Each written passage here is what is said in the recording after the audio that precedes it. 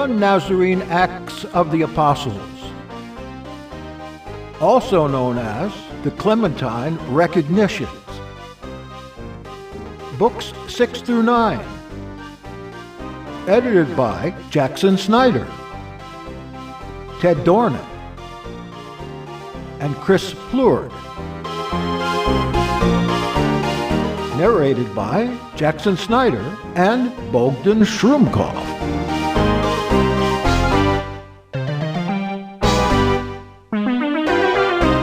For information regarding these recordings, please contact us through the site NazareneActs.com.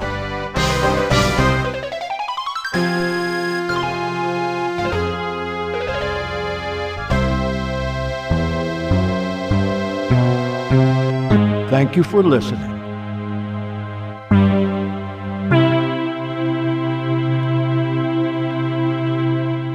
The Nazarene Acts of the Apostles, Book 6, Chapter 1, Diligence in Study. But as soon as day began to advance the dawn upon the retiring darkness, Kepha, having gone into the garden to pray, and returning from there and coming to us by way of excuse for awakening, and coming to us a little later than usual, said this: "Now that the springtime has lengthened the day, of course the night is shorter. If therefore one desires to occupy some portion of the night in study, he must not keep the same hours for waking at all seasons, but should spend the same length of time in sleeping, whether the night be longer or shorter, and be exceedingly careful that he do not cut off from the period that he has habitually keeps for study, and so add to his sleep and lessen his time of keeping awake. And this also is to be observed, or else, if sleep be interrupted while the food is still undigested, the undigested mass lead the mind, and by the exhalation of crude spirits render the inner sense confused and disturbed. It is right, therefore, that that part also be cherished with sufficient rest, so that, those things being sufficiently accomplished that are due to it, the body may be able in other things to render due service to the mind." Chapter 2. Much to be done in a little time. When he had said this, as very many had already assembled in the accustomed place of the garden to hear him, Kepha went forth, and having saluted the crowds in his usual manner, began to speak as follows: "Since indeed, as land neglected by the cultivator necessarily produces thorns and thistles, so your sense, by long neglect, has produced a plentiful crop of noxious opinions of things and dogmas of false science. There is need now of much care in cultivating the field of your mind, that the word of truth, which is the true and diligent husbandman of the heart, may cultivate it with continual instructions. It is therefore your part to render obedience to it, and to lop off superfluous occupations and anxieties, lest the noxious growth choke the good seed of the word. For it may be that a short and earnest diligence may repair a long time's neglect. For the time of every one's life is uncertain, and therefore we must hasten to salvation, apprehending that sudden death might seize upon him who delays." Chapter 3. Righteous Anger. And all the more eagerly must we strive on this account, that while there is time, the collected vices of evil custom may be cut off. And this you will not be able to do otherwise than by being angry with yourselves on account of your profitlessness and base doings. For this is righteous and necessary anger, by which everyone is indignant with himself and accuses himself for those things in which he has erred and done amiss. And by this indignation a certain fire is kindled in us, which, applied as it were to a barren field, consumes and burns up the roots of vile pleasure, and renders the soil of the heart more fertile for the good seed of the word of Yahweh. And I think that you have sufficiently worthy causes of anger from which that most righteous fire may be kindled, if you consider into what errors the evil of ignorance has drawn you, and how it has caused you to fall and rush headlong into sin, from what good things it has withdrawn you, and into what evils it has driven you, and, what is of more importance than all the rest, how it has made you liable to ageless punishments in the world to come. Is not the fire of most righteous indignation kindled within you for all these things, now that the light of truth has shone upon you? And does not the flame of that anger that is pleasing to Elohim rise within you, that every sprout may be burned up and destroyed from the root, if any shoot of evil concupiscence has budded within you? Chapter 4. Not shalom, but a sword. Hence also, he who has sent us, when he had come, and had seen that all the world had fallen into immorality, did not forthwith give shalom to him who is in error, lest he should confirm him in evil, but set the knowledge of truth in opposition to the ruins of ignorance of it. If men would repent and look upon the light of truth, they might rightly grieve that they had all been received and drawn away into the precipices of error, and might kindle the fire of salutary anger against the ignorance that had deceived them. On this account, therefore, he said, I've come to send fire on the earth, and how I wish that it were kindled. There is therefore a certain fight, which is to be fought by us in this life. For the word of truth and knowledge necessarily separates men from error in ignorance, as we often seen putrefied and dead flesh in the body separated by the cutting knife from its connection with the living members. Such is the effort produced by knowledge of the truth. For it's necessary that, for the sake of salvation, the son, for example, who has received the word of truth, be separated from his unbelieving parents. Or again, that the father be separated from his son, or the daughter from her mother. And in this manner the battle of knowledge and ignorance, of truth and error, arises between believing and unbelieving kinsmen and relations. And therefore he who has sent us said again, I am not come to send shalom on earth, but a sword. Chapter 5. How the fight begins. But if anyone say, How does it seem right for men to be separated from their parents? I will tell you how. Because if they remained with them in error, they would do no good to them, and they would themselves perish with them. It is therefore right, and very right, that he who will be saved be separated from him who will not. But observe this also, that this separation does not come from those who understand aright. For they wish to be with their relatives, to do them good, and to teach them better things. But it is the vice peculiar to ignorance, that it will not bear to have near in the light of truth, which confutes it. And therefore that separation originates with them. For those who receive the knowledge of the truth, because it's full of goodness, desire, if it be possible, to share it with all, as given by Yahweh, yea, even with those who hate and persecute them. For they know that ignorance is the cause of their sin. So in short, the Master himself, when he was being led to the stake by those who knew him not, prayed to the Father for his murderers, and said, Father, forgive their sin, for they know not what they do. The Talmudim also, in imitation of the Master, even when they were suffering, in like manner prayed for their murderers. But if we are taught to pray even for our murderers and persecutors, how ought we not to bear the persecutions of parents and relations, and to pray for their conversion? Chapter 6. Yahweh to be loved more than parents. Then let us consider carefully, in the next place, what reason we have for loving our parents. For this cause, it is said, we love them, because they seem to be the authors of our life. But our parents are not authors of our life, but means of it. For they do not bestow life, but afford the means of our entering into this life, while the one and sole author of life is Yahweh. If therefore we would love the author of our life, let us know that it is he that is to be loved. But then it is said, We cannot know him, but them we know, and hold in affection. Be it so. You cannot know what Elohim is, but you can very easily know what Elohim is not. For how can any man fail to know that wood or stone or brass or other such matter is not Elohim? But if you will not give your mind to consider the things that you might easily apprehend, it is certain that you are hindered in the knowledge of Elohim, not by impossibility, but by indolence. For if you had wished it, even from these useless images, you might have been set on the way of understanding. Chapter 7. The Earth Made for Men.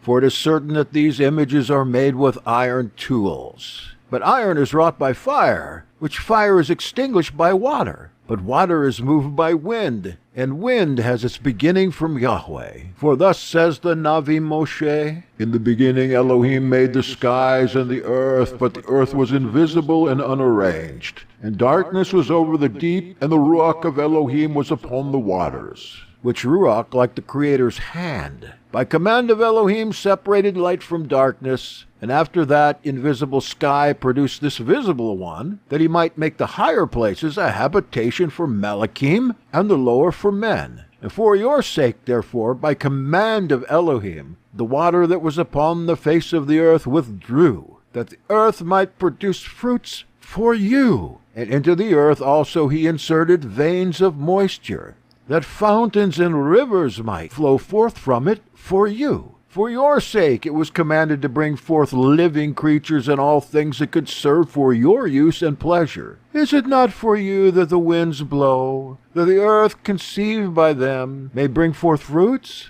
Is it not for you that the showers fall, and the seasons change? Is it not for you that the sun rises and sets, and the moon undergoes her changes? For you the sea offers its service, that all things may be subjected to you, ungrateful as you are. For all these things will there not be a righteous punishment of vengeance, because beyond all else you are ignorant of the bestower of all these things, whom you ought to acknowledge and reverence above all.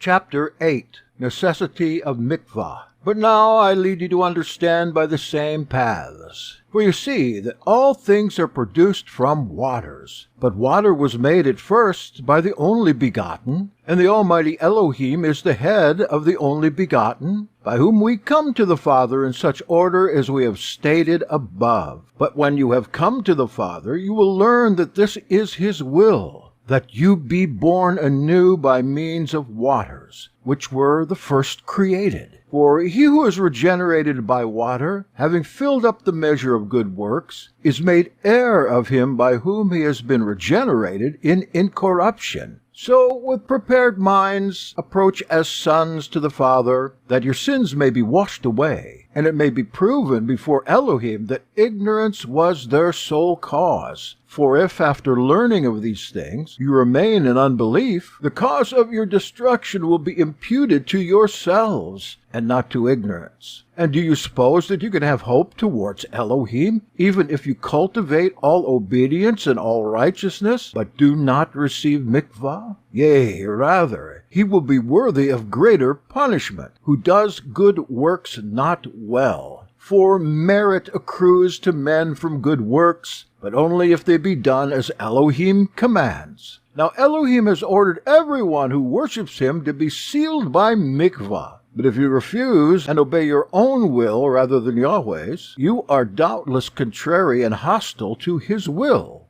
Chapter 9. Use of mikvah. But maybe you will say, what does this mikvah in water contribute toward the worship of Elohim? In the first place, because that which has pleased Elohim is fulfilled. In the second place, because when you are regenerated and born again of water and of Elohim, the frailty of your former birth, which you have through men, is cut off, and so at length you will be able to attain salvation. But otherwise it is impossible. For thus has the Navi Emet testified to us with an oath. Amen, I say to you, that unless a man is born again of water and of the Ruach, he will not enter into the Malkuth Shamayim. Therefore make haste, for there is in these waters a certain power of mercy that was born upon them at the beginning, and acknowledges those who are immersed under the name of the Master Yeshua, and rescues them from future punishments, presenting as a gift to Elohim the spirits that are set apart by mikvah. Commit yourselves therefore to these waters, for they alone can quench the violence of the future fire, and he who delays to approach to them, it is evident that the idol of unbelief remains in him, and by it he is prevented from hastening to the waters that confer salvation. For whether you be righteous or unrighteous, mikvah is necessary for you in every respect. For the righteous, that perfection may be accomplished in him, and he may be born again to Elohim. For the unrighteous, that pardon may be guaranteed him for sins that he has committed in ignorance. Therefore all should hasten to be born again to Elohim without delay, because the end of everyone's life is uncertain. Chapter 10. The necessity of good works. But when you have been regenerated by the waters of the mikvah, you must show by good works the likeness in you of the Father who has begotten you. Now that you know Yahweh, honor him as Father. And his honor is that you live according to his will. And his will is that you so live as to know nothing of murder or adultery, to flee from hatred and covetousness, to put away anger, pride, and boasting, to abhor envy, and to count all such things entirely unsuitable to you. There is truly a certain peculiar observance of our way of life, which is not so much imposed upon men as it is sought out by every worshipper of Elohim by reason of its purity. By reason of chastity, I say, of which there are many kinds, but first, that everyone be careful that he come not near a menstruous woman, for this the Torah of Elohim regards as detestable. But though the Torah had given no admonition concerning these things, should we willingly, like beetles, roll ourselves in filth? For we ought to have something more than the animals, as reasonable men and capable of heavenly senses, whose chief study it ought to be to guard the conscience from every defilement of the heart. The Nazarene Acts of the Apostles, Book 6, Chapter 11, Inward and Outward Cleansing. Moreover, it is good and tends to purity also, to wash the body with water. I call it good, not as if it were the prime good of the purifying of the mind, but because this of the washing of the body is the sequel of the good. For so also our Master rebuked some of the Prushim and Sophrim, who seemed to be better than others, separating from the people, calling them hypocrites, because they purified only those things that were seen of men, but left defiled and sordid their hearts, which Yahweh alone sees. To some, therefore, of them, not to all, he said, Woe to you, Sophrim and Prushim, hypocrites, because you cleanse the outside of the cup and platter, but the inside is full of pollution. O blind Prushim, make first clean what is within, and what is without will be clean also. For truly the mind be purified by the light of knowledge. When once it is clean and clear, then it necessarily takes care of that which is on the outside of a man, that is his flesh, that it also may be purified. But when that which is on the outside, the cleansing of the flesh, is neglected, it is certain that there is no care taken of the purity of the mind and the cleanness of the heart. Thus, therefore, it comes to pass that he who is clean inwardly is without doubt cleansed outwardly also, but not always that he who is clean outwardly is also cleansed inwardly, to wit, when he does these things only that he may please men. Chapter 12. Importance of chastity. But this kind of chastity is also to be observed, that sexual intercourse must not take place heedlessly and for the sake of mere pleasure, but for the sake of begetting children. And since this observance is found even amongst some of the lower animals, it would be a shame if it be not observed by men, reasonable and worshipping Yahweh. But there is this further reason why chastity should be observed by those who hold the trite worship of Elohim, in those forms of it of which we have spoken, and others of like sort, that it is observed strictly even amongst those who are still held by the devil in error. For even amongst them there is in some degree the observance of chastity. What then? Will you not observe, now that you are reformed, what you observed when you were in error? Chapter 13. Superiority of Moshiach's morality.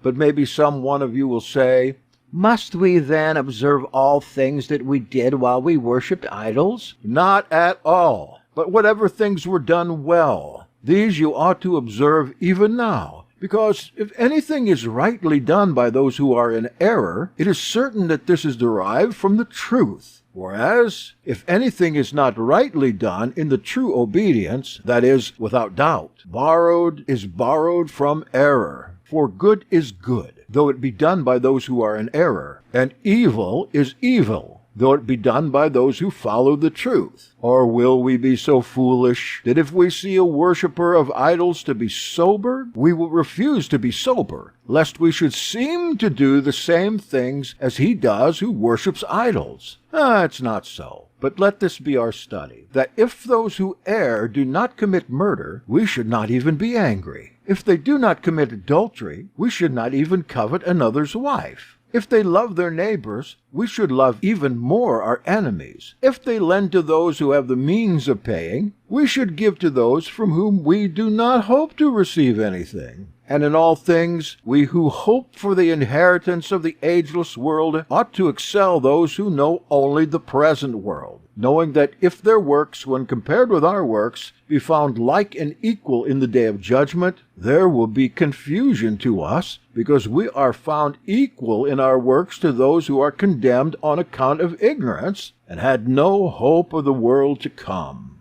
Chapter 14. Knowledge enhances responsibility.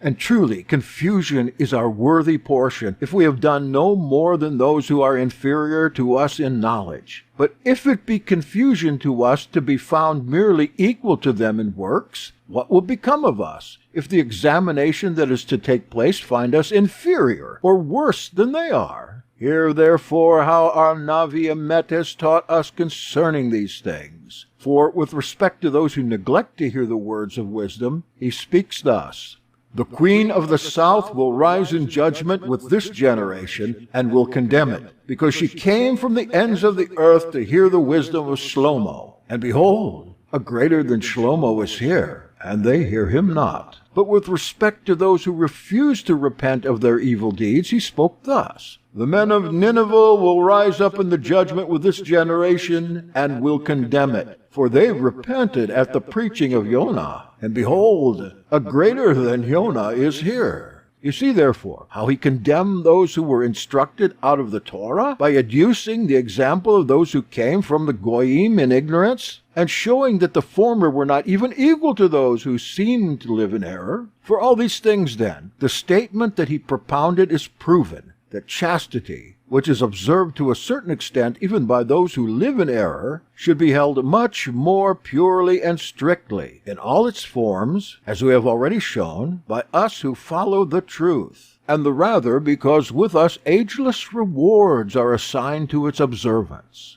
Chapter 15. Mivakarim, Zakanim, Azarim, and widows appointed.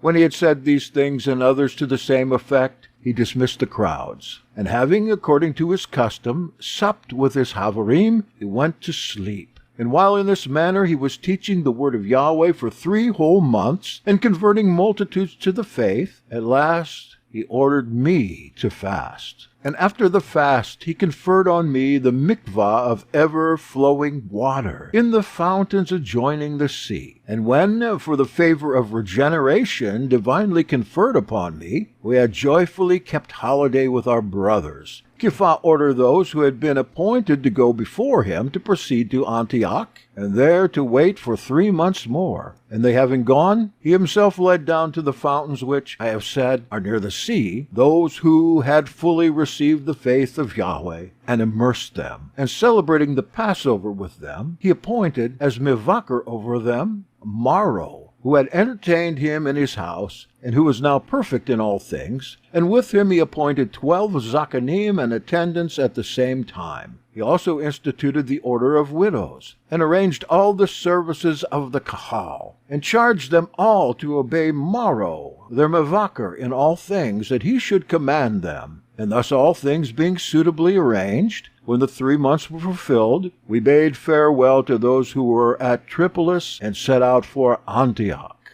This is the end of Book 6 of the Nazarene Acts of the Apostles. The Nazarene Acts of the Apostles, Book 7, Chapter 1, Journey from Tripolis. Clement speaking.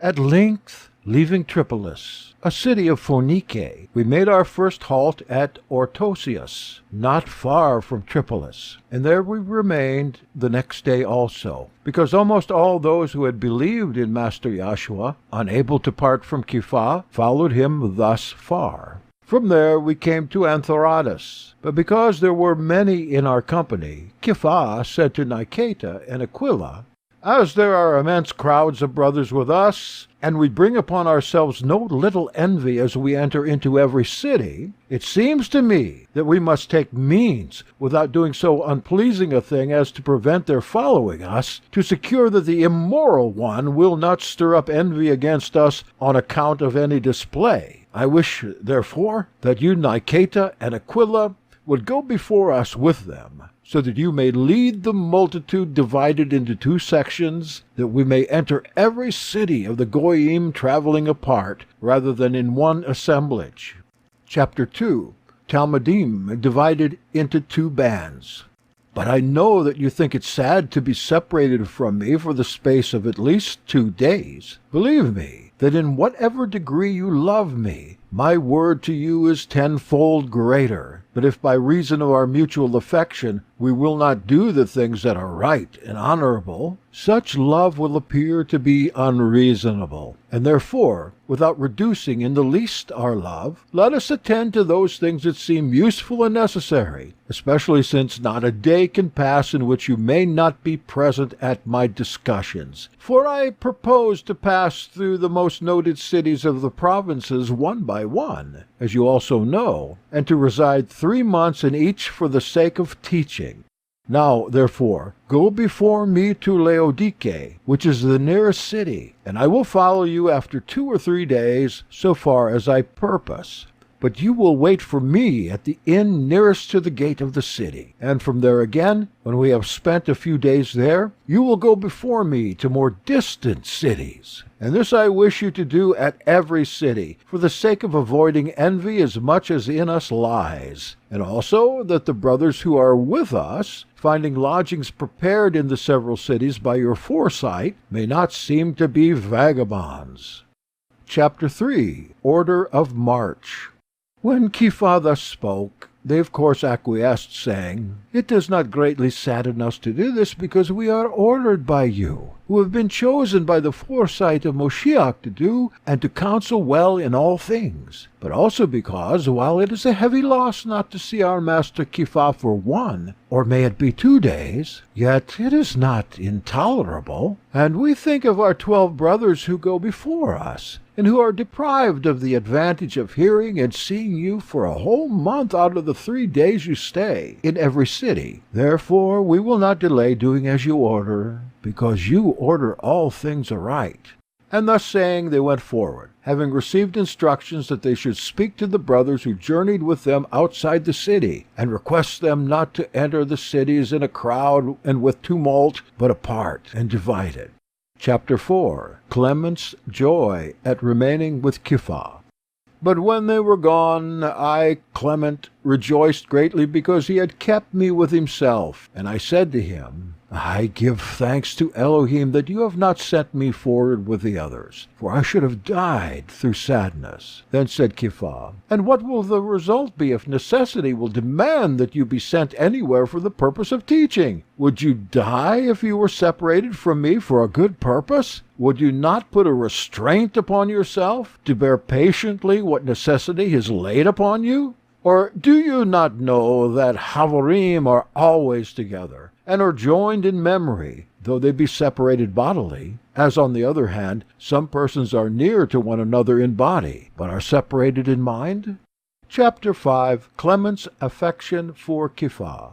Then I answered, "Oh, think not, my master, that I suffer these things unreasonably, but there is a certain cause and reason of this affection of mine toward you, for I have you alone as the object of all my affections, instead of father or mother and brothers. But above all this, it is the fact that you alone are the cause of my salvation and knowledge of the truth. And also, this I do not count as least importance, that my youthful age is subject to the snares of lust, and I am afraid to be without you, by whose sole presence all effeminacy, however irrational it may be, is put to shame, although I trust, by the mercy of Elohim, that even my mind, from what it has conceived through your instruction, will be unable to receive aught else into its thoughts. Besides, I remember your saying at Caesarea, if any one wishes to accompany me without violating dutifulness,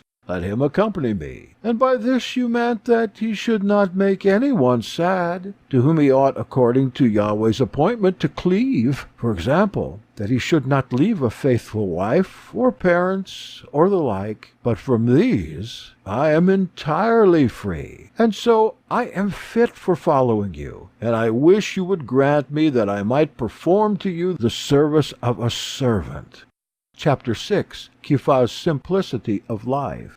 Then Kepha, laughing, said, "Oh, and do you not think, Clement, that this very necessity must make you my servant? For who else can spread my sheets and arrange my beautiful coverlets? Who will be at hand to keep my rings and prepare my robes, which I must be constantly changing? Who will superintend my cooks and provide various and choice meats to be prepared by my most complicated and various art? And all those things that are procured at enormous expense, and are brought together for men of delicate upbringing, yea, rather, for their appetite, as for some enormous beast. But maybe, although you live with me, you do not know my manner of life. I live on bread alone, with olives, and seldom even with pot herbs. And my dress is what you see, a tunic with a talit, and having these I require nothing more. This is sufficient for me, because my mind does not regard things present, but things ageless, and therefore no present and visible thing delights me.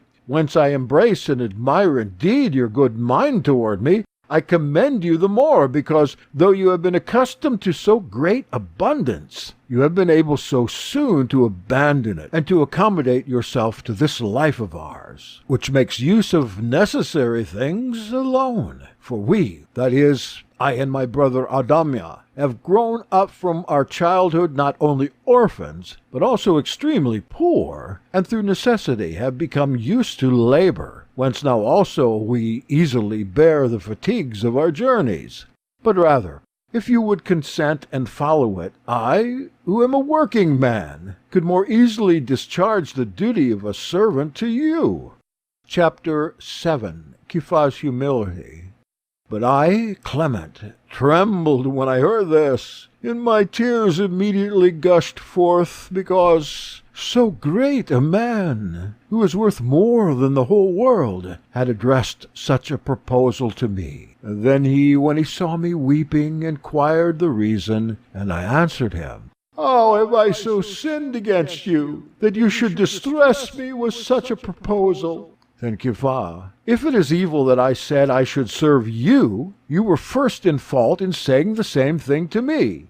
Then said I, "The cases are not alike, for it becomes me to do this to you. But it is grievous that you, who are sent as the herald of Yahweh El Shaddai, to save the spirits of men, should say it to me." Then said Kepha, "I should agree with you, were it not that our Master Yeshua, who came for the salvation of the whole world, and who was nobler than any of his creation, submitted to be a servant, that he might persuade us not to be ashamed to perform the ministry of servants to our brothers." Then said I, "Clement, it were foolishness in me to suppose that I can prevail with you. Nevertheless, I give thanks to the providence of Elohim, because I have merited to have you instead of parents." Chapter 8, Clement's Family History. Then said Kepha, "Is there then no one of your family surviving?" I answered, "There are indeed many powerful men, coming of the stock of Caesar, for Kaiser himself gave a wife to my father, as being his relative, and educated along with him, and of a suitably noble family. But by her my father had twin sons, born before me, not very like one another, as my father told me, for I never knew them. But indeed I have not a distinct recollection even of my mother, but I cherish the remembrance of her face, as if I had seen it in a dream. My mother's name was Methulia, my father's Faustinianus, my brother's Faustinus and Faustus. Now, when I was barely 5 years old, my mother saw a vision, so I learned from my father, by which she was warned that, unless she speedily fled the city of her twin sons, and was absent for 10 years, she and her children should perish by a miserable fate. Chapter 9. Disappearance of his mother and brothers. Then my father, who tenderly loved his sons, put them on board a ship with their mother, and sent them to Athens to be educated, with slaves and maidservants, and a sufficient supply of money, retaining me only to be a comfort to him, and thankful for this, that the vision had not commanded me also to go with my mother. And at the end of a year my father sent men to Athens with money for them, desiring also to know how they did, but those who were sent never returned. Again in the 3rd year, my sorrowful father sent other men with money, who returned in the 4th year, and related that they had seen neither my mother nor my brothers, that they had never reached Athens, and that no trace had been found of any one of those who had been with them. Chapter 10. Disappearance of his father. My father, hearing this, and confounded with excessive sorrow, not knowing whither to go or where to seek, went down with me to the harbor, and began to ask of the sailors whether any of them had seen or heard of the bodies of a mother and 2 little children being cast ashore anywhere 4 years ago. At that time one told one story and another, but nothing definite was disclosed to us searching in this boundless sea. Yet my father, by reason of the great affection that he bore to his wife and children, was fed with vain hopes, until he thought of placing me under guardians and leaving me at Rome, as I was now 12 years old, and himself going in quest of them. Therefore he went down to the harbor weeping, and going on board a ship took his departure, and from that time till now I have never received any letters from him, nor do I know whether he is alive or dead.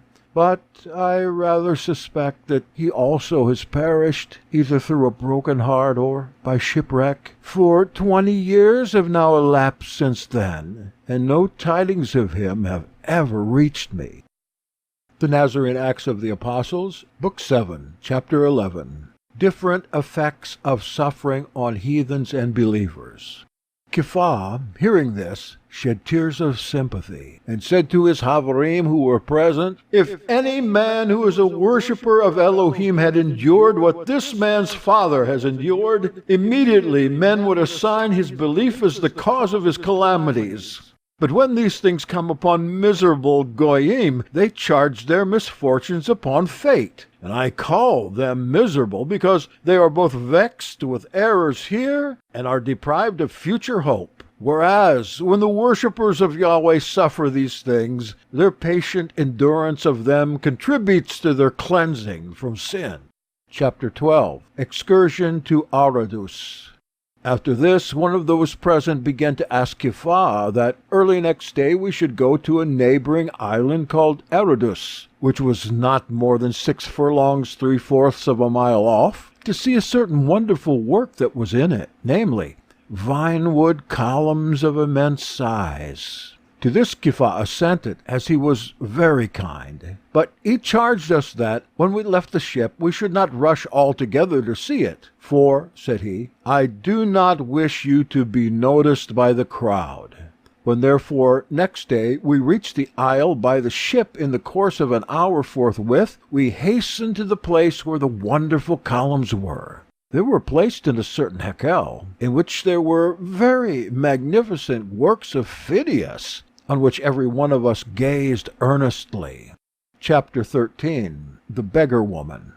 But when Kepha had admired only the columns, being nowise ravished with the favor of the painting, he went out and saw before the gates a poor woman asking alms of those who went in. And looking earnestly at her, he said, "Tell me, woman, what member of your body is wanting, that you subject yourself to the indignity of asking alms, and do not rather gain your bread by laboring with your hands that Elohim has given you?" But she, sighing, said, "Would that I had hands that could be moved! But now only the appearance of hands has been preserved, for they are lifeless, and have been rendered feeble and without feeling by my knowing of them." Then Kepha said, "What has been the cause of your inflicting so great an injury upon yourself?" "Want of courage," said she, "and nothing else. For if I had any bravery in me, I could either have thrown myself from a precipice, or cast myself into the depths of the sea, and so ended my griefs."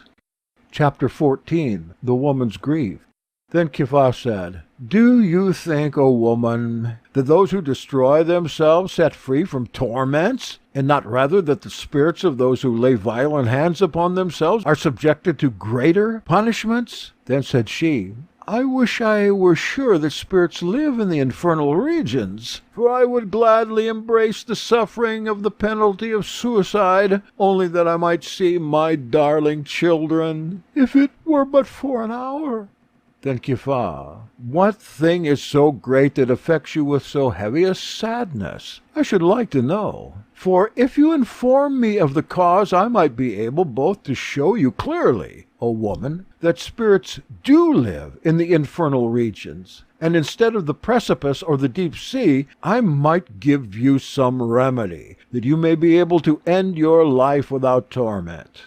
Chapter 15. The Woman's Account. Then the woman, hearing this welcome promise, began to say, "It is neither easy of belief, nor do I think it necessary to tell what is my extraction, or what is my country. It is enough only to explain the cause of my grief, while I rendered my hands powerless by gnawing them. Being born of noble parents, and having become the wife of a suitably powerful man, I had twin sons, and after them one other. But my husband's brother was vehemently inflamed with illegitimate love toward me, and as I valued chastity above all things, I would neither consent to so great immorality, nor wish to disclose to my husband the baseness of his brother. I considered whether in any way I could escape, nor wish to disclose to my husband the baseness of his brother.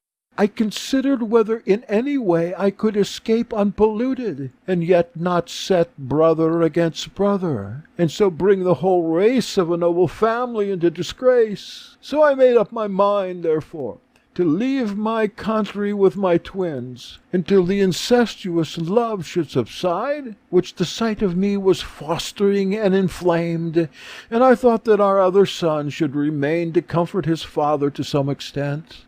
Chapter 16. The Woman's Account continued.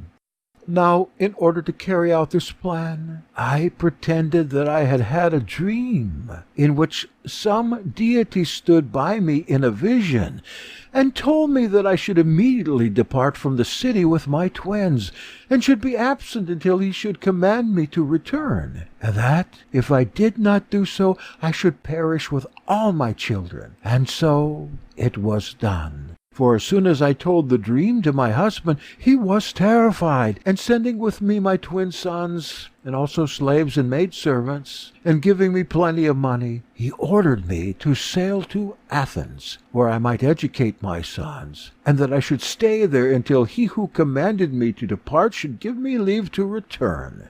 While I was sailing along with my sons, I was shipwrecked in the night by the violence of the winds, and, wretch that I am, was driven to this place. And when all had perished, a powerful wave caught me and cast me upon the rock. And while I sat there with this only hope, that I might be able to find my sons, I did not throw myself into the deep, although then my spirit, disturbed and drunken with grief, had both the courage and the power to do it.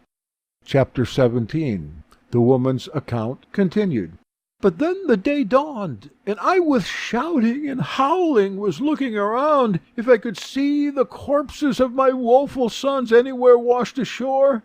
Some of those who saw me were moved with compassion and searched, first over the sea and then along the shores, if they could find either of my children. But when neither of them anywhere was found, the woman of that place, taking pity on me, began to comfort me, every one telling her own griefs, that I might take consolation from the likeness of their calamities to my own. But this saddened me all the more, for my disposition was not such that I could regard the misfortunes of others as comforts to me. And when many desired to receive me hospitably, a certain poor woman who dwells here constrained me to enter into her hut, saying that she had had a husband who was a sailor, and that he had died at sea while a young man, and that although many afterwards asked her in marriage, she preferred widowhood through love of her husband. Therefore, said she, we will share whatever we can gain by the labor of our hands.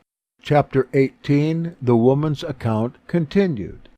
And, not to detain you with a long and profitless story, I willingly dwelt with her on account of the faithful affection that she retained for her husband. But not long after, my hands, melancholy woman that I was, long torn with gnawing, became powerless, and she who had taken me in fell into palsy, and now lies at home in her bed. Also the affection of those women who had formerly pitied me grew cold. We are both helpless. I, as you see, sit begging, and when I get anything, one meal serves two wretches. Behold, now you have heard enough of my affairs. Why do you delay the fulfillment of your promise to give me a remedy by which both of us may end our miserable lives without torment? Chapter 19. Kipha's reflection on her account.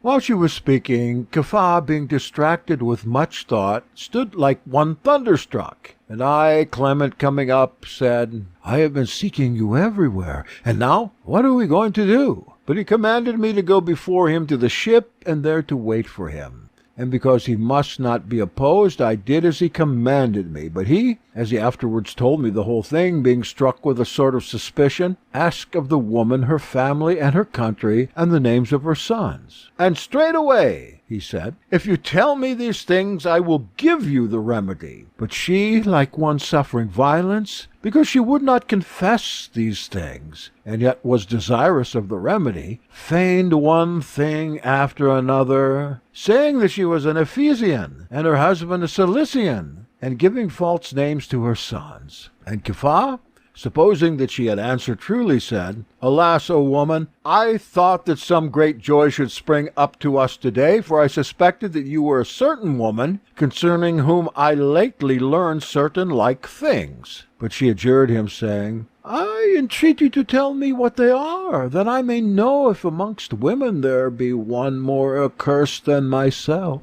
Chapter 20. Kipha's statement to the woman. Then Kipha, incapable of deception and moved with compassion, began to say, There is a certain young man among those who follow me for the sake of belief and obedience, a Roman citizen, who told me that he had a father and twin brothers, of whom not one is left to him. My mother, he said, as I learned from my father, saw a vision, that she should depart from the Roman city for a time with her twin sons, else they should perish by a dreadful death. And when she had departed, she was never more seen. And afterwards his father set out to search for his wife and sons, and was also lost. The Nazarene Acts of the Apostles, Book 7, Chapter 21, A Discovery. When Kipha had thus spoken, the woman, struck with astonishment, fainted. Then Kipha began to hold her up and to comfort her, and to ask what the matter was, or what she suffered. But she at length, with difficulty recovering her breath, and nerving herself up to the greatness of the joy that she hoped for, and at the same time wiping her face, said, Is he here, the youth of whom you speak? But Kipha, when he understood the matter, said, Tell me first, or else you will not see him. Then she said, But I am the mother of the youth. Then says Kepha, What is his name? And she answered, Clement. Then said Kepha, It is himself, and he it was that spoke with me just a little while ago, and whom I ordered to go before me to the ship. Then she fell down at Kepha's feet, and began to entreat him that he would hasten to the ship. Then Kepha said, Yes, if you will promise me that you will do as I say. Then she said, Oh, I will do anything. Only show me my only son, for I think that in him I will see my twins also. And Kepha said, When you have seen him, remain apart for a little time, until we leave the island. I will do so, she said. Chapter 22. A Joyful Meeting. Then Kepha, holding her hand, led her to the ship. And when I saw him giving his hand to the woman, I began to laugh. Yet, approaching to do him honor, I tried to substitute my hand for his, and to support the woman. But as soon as I touched her hand, she uttered a loud scream, and rushed into my embrace, and began to devour me with a mother's kisses. But I, being ignorant of the whole matter, pushed her off as a mad woman, and at the same time, though with reverence, I was somewhat angry with Kepha. Chapter 23. A Miracle. But he said, Cease! What are you doing, O Clement, my son? Do not push away your mother.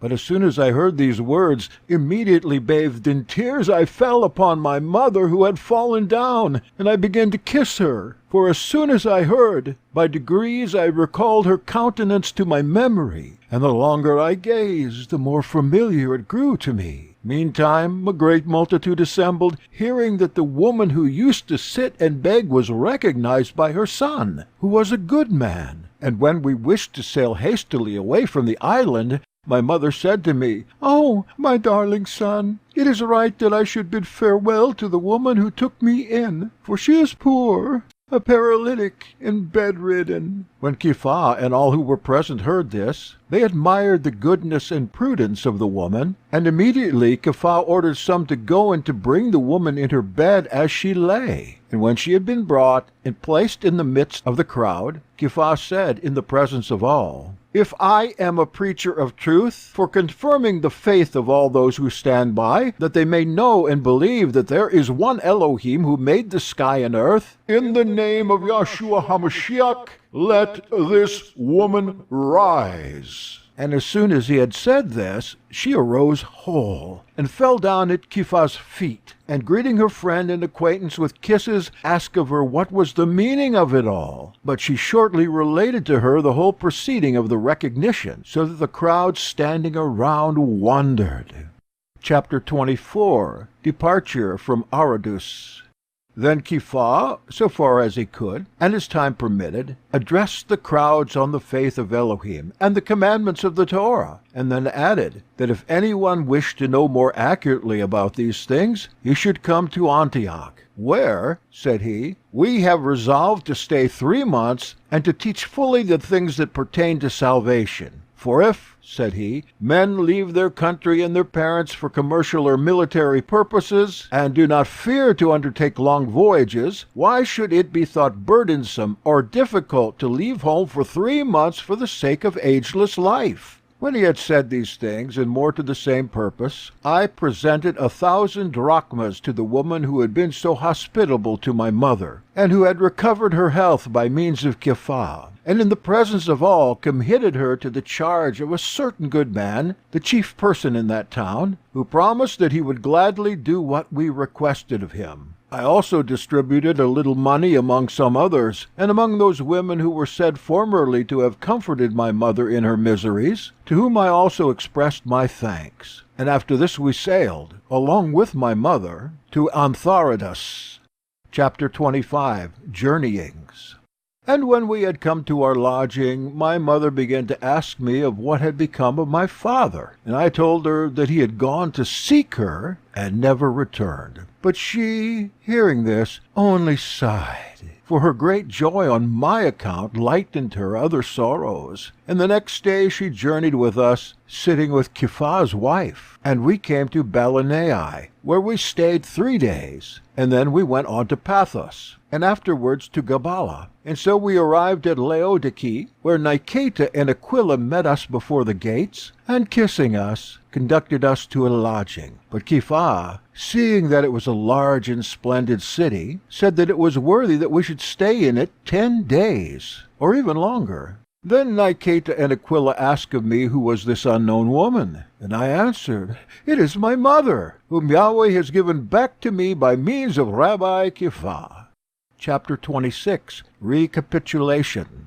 And when I had said this, Kephah began to relate the whole matter to them in order, and said, "When we had come to Aradus, and I had ordered you to go on before us, the same day after you had gone, Clement was led in the course of conversation to tell me of his extraction and his family, and how he had been deprived of his parents, and had had twin brothers older than himself, and that, as his father told him, his mother once saw a vision, by which she was ordered to depart from the city of Rome with her twin sons, else she and they should suddenly perish. And when she had told his father the dream, he, loving his sons with tender affection, and afraid of any evil befalling them, put his wife and sons on board a ship with all necessaries, and sent them to Athens to be educated. Afterwards he sent once and again persons to inquire after them, but nowhere found even a trace of them. At last the father himself went on the search, and until now he was nowhere to be found. When Clement had given me this narrative, there came one of us, asking us to go to the neighboring isle of Aradus, to see vinewood columns of wonderful size. And I consented. And when we came to the place, all the rest went into the interior of the Hekel. But I, for what reason I know not, had no mind to go farther.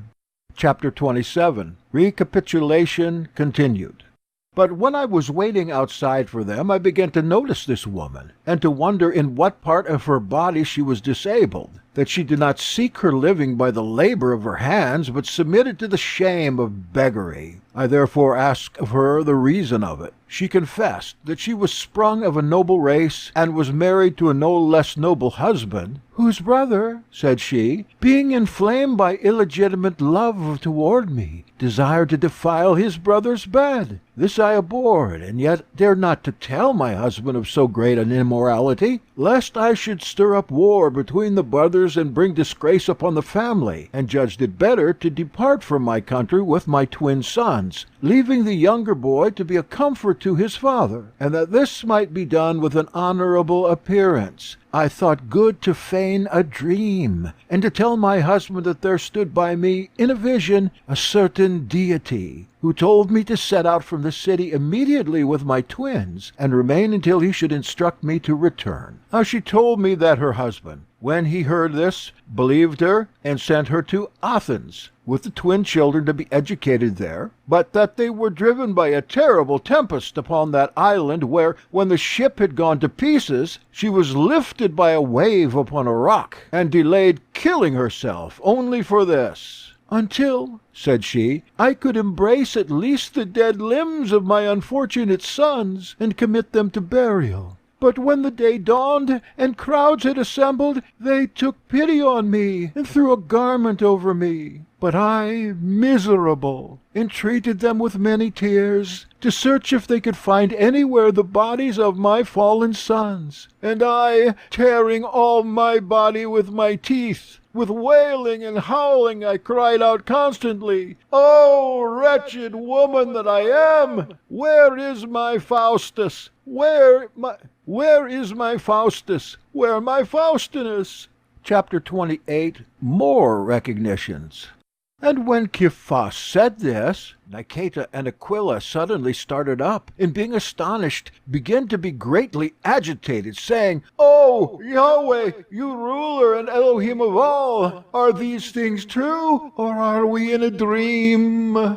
Then Kephah said, "Unless we be mad, these things are true." But they, after a short pause, and wiping their faces, said, "We are Faustinus and Faustus." And even at the first, when you began this narrative, we immediately fell into a suspicion that the matters that you spoke of might truly relate to us. Yet again, considering that many like things occur in men's lives, we kept silence, although our hearts were struck by some hope. Therefore we waited for the end of your story, that, if it were entirely obvious that it related to us, we might then confess it. And when they had thus spoken, they went in weeping to their mother. And when they found her asleep and wished to embrace her, Kepha prevented them, saying, Permit me first to prepare your mother's mind, lest it be by the great and sudden joy she lose her reason, and her understanding be disturbed, especially as she is now stupefied with sleep. Chapter 29. Nothing common or unclean. Therefore, when our mother had risen from her sleep, Kepha began to address her, saying, I wish you to know, O woman, an observance of our Torah. We worship one Yahweh who made the world, and we keep his Torah, in which he commands us first of all to worship him and to reverence his name, to honor our parents, and to preserve chastity and uprightness. But this also we observe, not to have a common table with Goyim, unless when they believe, and on the reception of the truth are immersed and consecrated by calling on the blessed name of Yahweh Yeshua, and then we eat with them. Otherwise, even if it were a father or a mother or a wife or sons or brothers, we cannot have a common table with them. Since, therefore, we do this for the special cause of obedience, let it not seem hard to you that your son cannot eat with you until you have the same judgment of the faith that he has. Chapter 30. Who can forbid water? Then she, when she heard this, said, And what hinders me from being immersed today? For even before I saw you, I was wholly alienated from those whom they call Elohim, because they were not able to do anything for me, although I frequently and almost daily sacrificed to them. And as to chastity, what will I say, when neither in former times did pleasures deceive me, nor afterward did poverty compel me to sin? But I think you know well enough how great was my love of chastity when I pretended that dream that I might escape the snares of an unhallowed love, and that I might go abroad with my twins, and when I left this my son Clement alone to be a comfort to his father. For if two were scarcely enough for me, how much more it would have saddened their father if he had had none at all. For he was wretched through his great affection toward our sons, so that even the authority of the dream could scarcely prevail upon him to give up to me Faustinus and Faustus, the brothers of this Clement, and that himself should be content with Clement alone.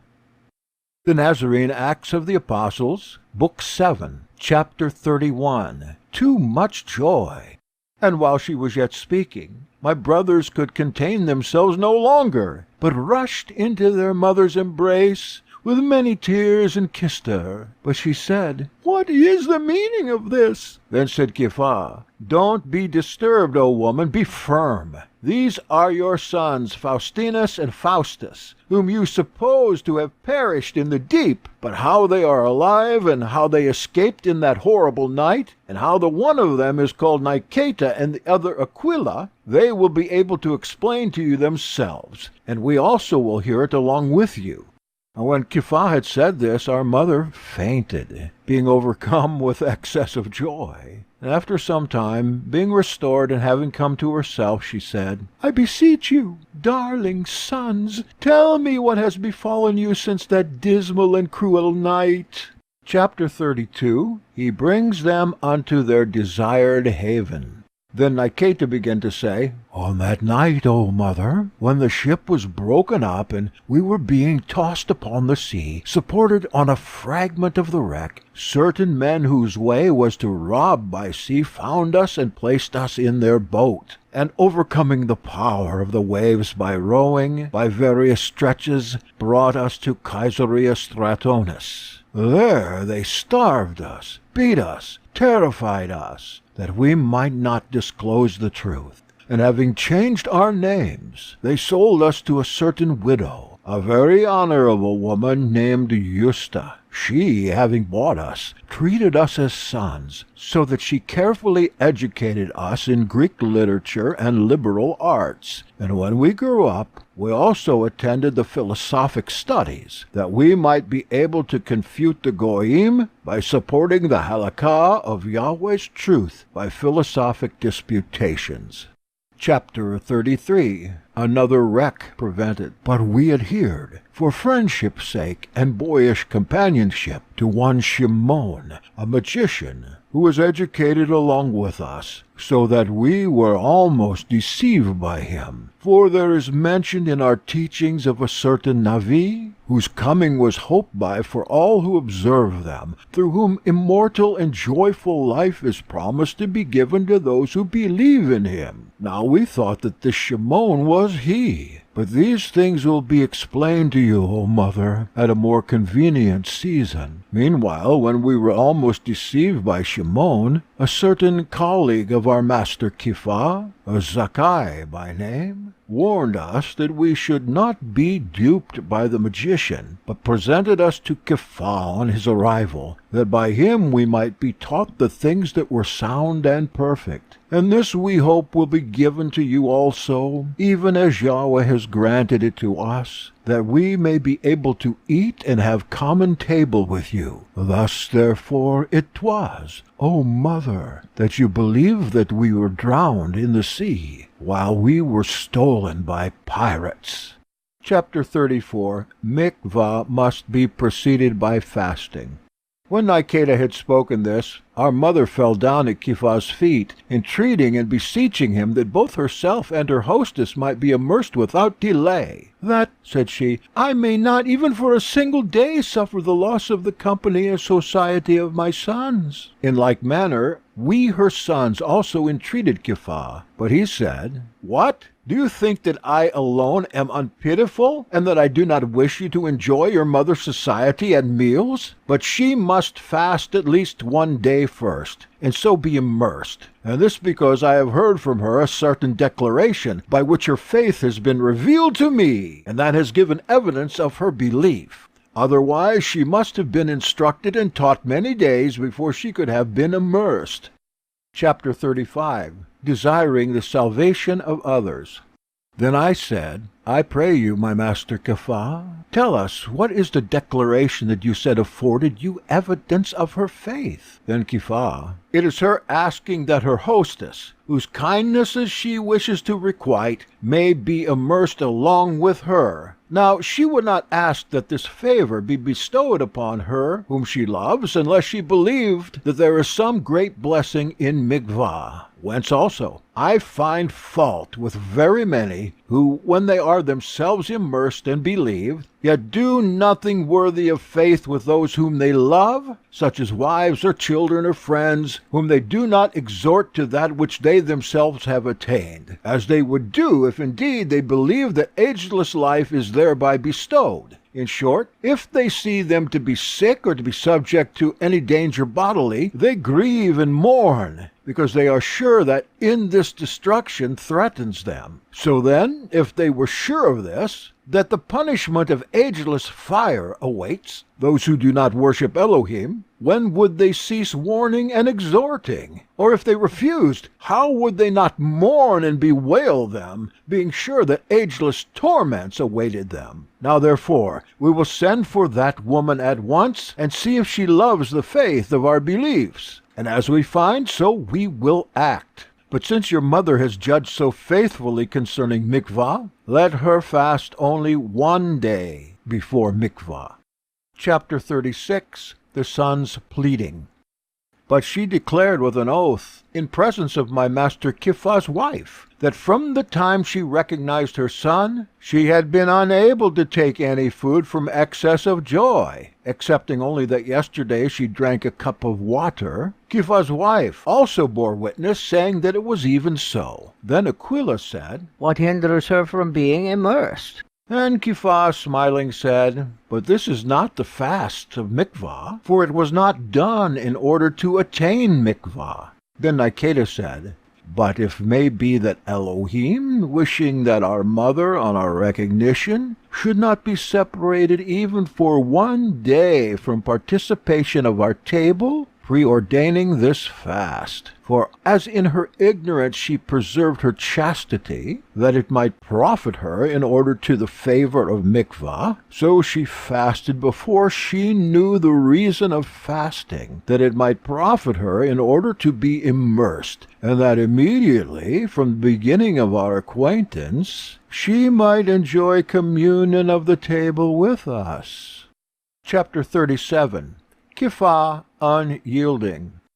Then said Kiphah, Let not the immoral one prevail against us, taking occasion from a mother's love, but let you, and me with you, fast this day along with her, and tomorrow she will be immersed. For it's not right that the precepts of truth be relaxed and weakened in favor of any person or friendship. Let us not shrink, then, from suffering along with her. For it is sin to transgress any commandment. But let us teach our bodily senses, which are our outer senses, to be in subjection to our inner senses, and not compel our inner senses, which savor the things that are of Elohim, to follow the outer senses, which savor the things that are of the flesh. For to this end also Yahshua commanded, saying, Whosoever will look upon a woman to lust after her has committed adultery with her already in his heart. And to this he added, If thy right eye offends thee, pluck it out, and cast it from you. For it is profitable for you that one of your members perishes, rather than your whole body be cast into the Gehinnom fire. Kiphah continues, He does not say, has offended you, that you should then cast away the cause of the sin after you have sinned, but if it offends you, that is, that before you sin you should cut off the cause of the sin that provokes and irritates you. But let none of you think, brothers, that Yahshua recommended the cutting off of the members. His meaning is that the purpose should be cut off, not the members, and the causes that allure to sin, in order that our thought, borne up on the chariot of sight, may push towards the love of Elohim, supported by our bodily senses, and not give loose reins to the eyes of flesh as to wanton horses, eager to turn their running outside the way of the commandments, but may subject the bodily sight to the judgment of the mind, and not suffer those eyes of ours, which Elohim intended to be viewers and witnesses of his work, to become panders of evil desire. And therefore, let the bodily senses as well as the internal thought be subject to Yahweh's Torah, and let them serve his will, whose work they acknowledge themselves to be. Chapter 38. Reward of Chastity. Clement speaking.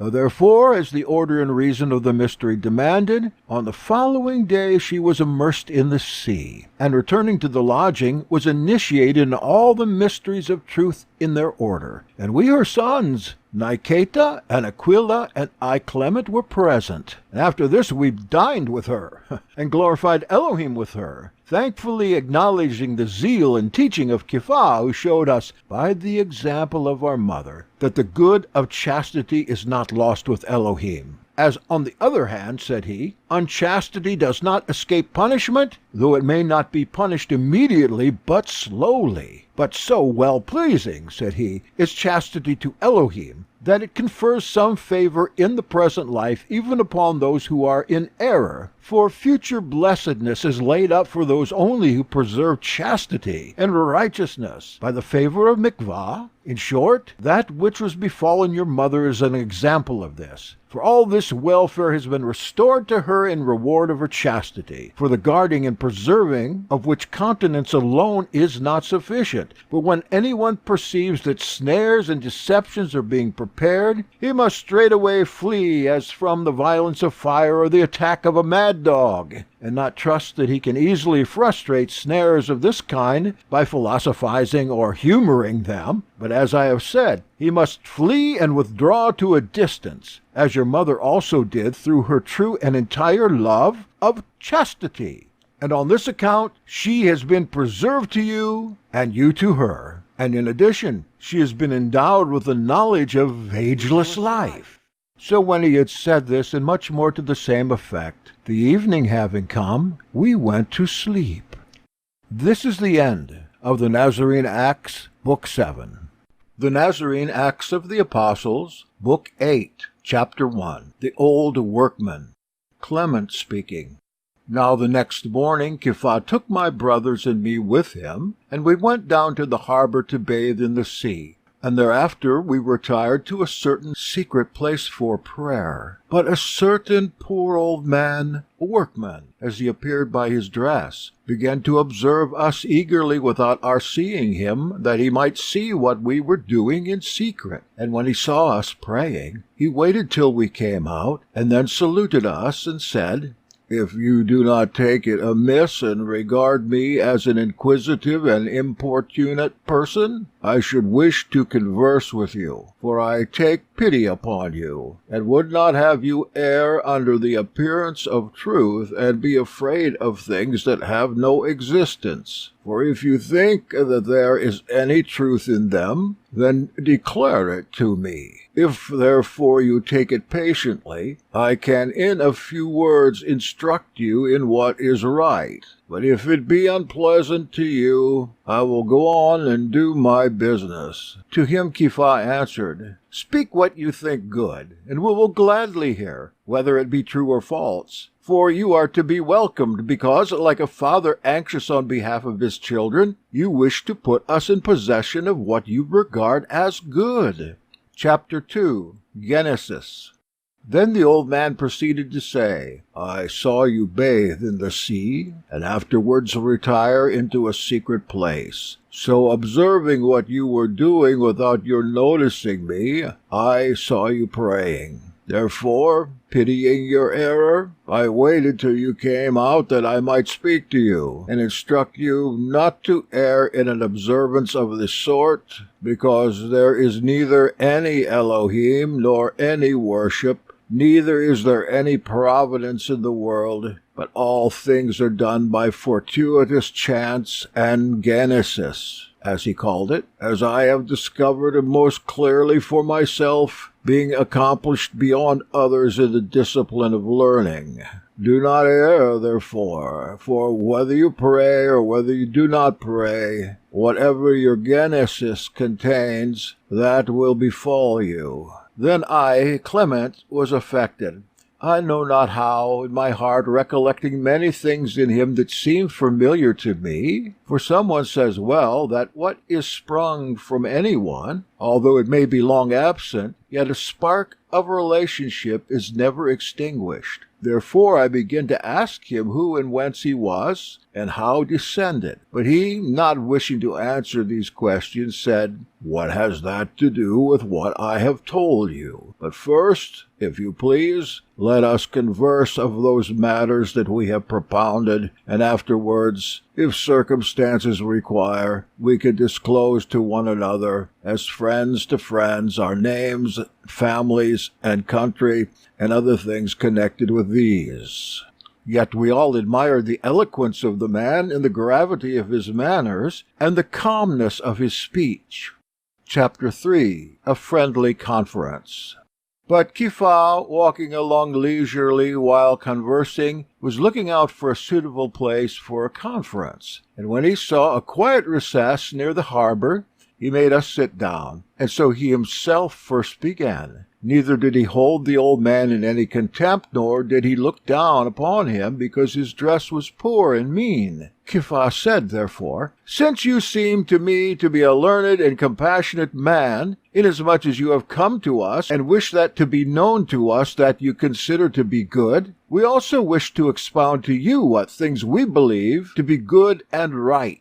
And if you do not think them true, you will take in good part our good intentions toward you as we do yours toward us." While Kepha was thus speaking, a great multitude assembled. Then said the old man, "Maybe the presence of a multitude disconcerts you." Kepha replied, "Not at all, except only on this account, that I am afraid lest when the truth is revealed in the course of our discussion, You are ashamed in presence of the multitude to yield and assent to the things that you may have understood to be spoken truly. To this the old man answered, I am not such a fool in my old age that, understanding what is true, I should deny it for the favor of the rabble.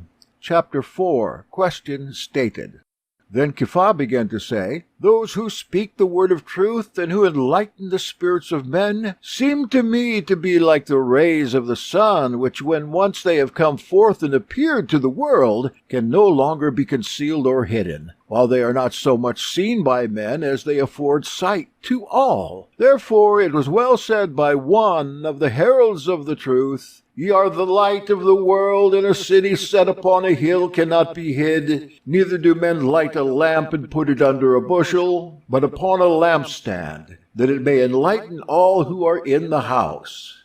But then said the old man, He said well, whoever he is. But let one of you state what, according to his opinion, ought to be followed, that we may direct our speech to a definite aim. For, in order to find the truth, it is not sufficient to overthrow the things that are spoken on the other side, but also that one should himself bring forward what he who is on the other side may oppose. Therefore, in order that both parties may be on an equal footing, it seems to me to be right that each of us should first enunciate what opinion he holds, and, if you please, I will begin first. I say, then, that the world is not governed according to the providence of Elohim, because we see that many things in it are done unjustly and disorderly. But I say that it is Genesis that does and regulates all things.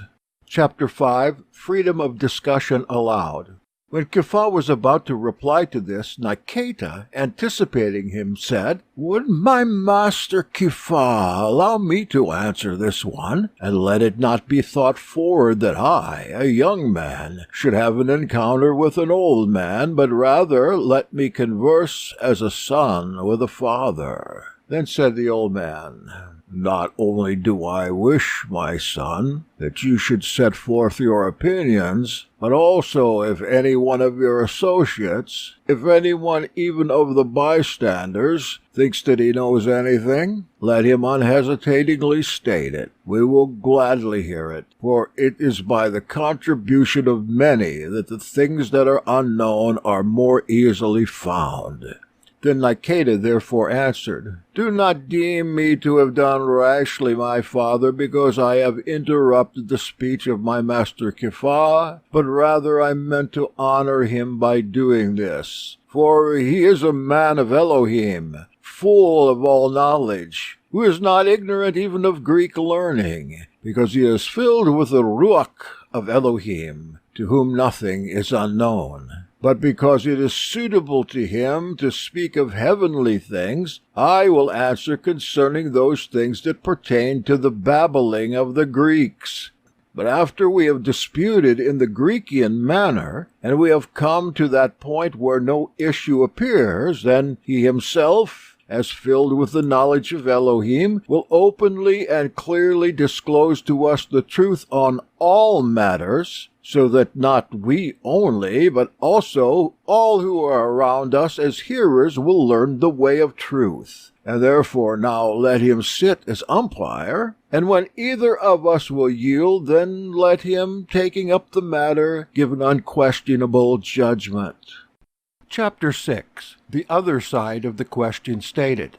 When I had thus spoken, those who had assembled conversed among themselves. Is this that Kepha of whom we heard is the most approved Talmud of him who appeared in Judea and wrought many signs and miracles? And they stood gazing upon him with great fear and veneration, as conferring upon Yahweh the honor of his good servant. Which when Kepha observed, he said to them, Let us hear with all attention, holding an impartial judgment of what will be said by each, and after their encounter we will also add what may seem necessary. And when Kepha had said this, the crowds rejoiced.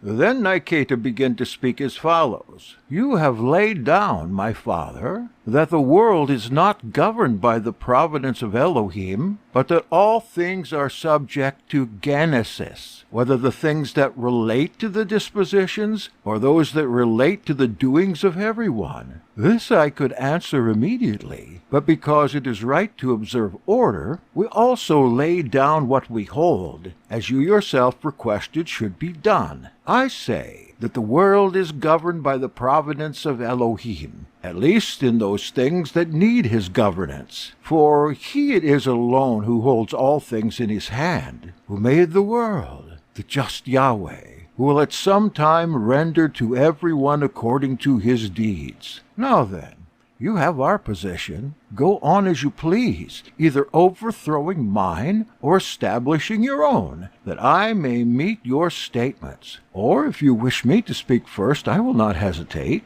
Chapter 7. The Way Cleared. Then the old man answered, Whether it pleases you, my son, to speak first, or whether you prefer that I should speak, makes no difference, especially with those who discuss in a friendly spirit. However, speak you first, and I will gladly hear, and I wish you may be able even to follow out those things that are to be spoken by me, and to put in opposition to them those things that are contrary to them, and from the comparison of both to show the truth. Nikeda answered, If you wish it, I can even state your side of the argument, and then answer it. Then the old man, Show me first how you can know what I have not yet spoken, and so I will believe that you can follow out my side of the argument. Then Nikeda, Your sect is obvious, even by the proposition that you have laid down to those who are skilled in doctrines of this sort, and its consequence is certain. And because I am not ignorant of what the propositions of the philosophers are, I know what follows from those things that you have propounded, especially because I have frequented the schools of Epicurus in preference to the other philosophers. But my brother Aquila has attended more to the Pyrrhonists, and our other brother to the Platonists and Aristotelians. Therefore, you have to do with learned hearers. Then said the old man, You have well and logically informed us how you perceive the things that followed from the statements that have been enunciated. But I professed something more than the tenets of Epicurus, for I introduced the Genesis, and asserted that it is the cause of all the doings of men. When the old man had said this, I, Clement, said to him, Hear, my father, if my brother Nikeda brings you to acknowledgment that the world is not governed without the providence of Elohim, I will be able to answer you in that part that remains concerning the Genesis, for I am well acquainted with this doctrine. And when I had thus spoken, my brother Aquila said, What is our use of calling him father, when we are commanded to call no man father upon earth? Then looking to the old man, he said, Do not take it amiss, my father, that I have found fault with my brother for calling you father, for we have precept not to call anyone by that name. When Aquila said that, all the assembly of the bystanders, as well as the old man and Kepha, laughed. And when Aquila asked the reason of all their laughing, I said to him, Because you yourself do the very thing that you find fault with in another. For you called the old man father. But he denied it, saying, I am not aware that I called him father. Meanwhile, Kepha was moved with certain suspicions, as he told us afterwards. And looking to Nikeda, he said, Go on with what you have proposed. Chapter 9. Simple and Compound. Then Nikeda began as follows. Everything that is either simple or compound. That which is simple is without number, division, color, difference, roughness, smoothness, weight, lightness, quality, quantity, and therefore without end. But that which is compound is either compounded of 2, or of 3, or of even 4 elements, or at all events of several. And things that are compounded can also of necessity be divided. The old man, hearing this, said, "You speak most excellently and learnedly, my son." Then Niketa went on, "Therefore, that which is simple, and which is without any of those things by which that which, and without any of those things, by which that which subsists can be dissolved, is without doubt incomprehensible and infinite,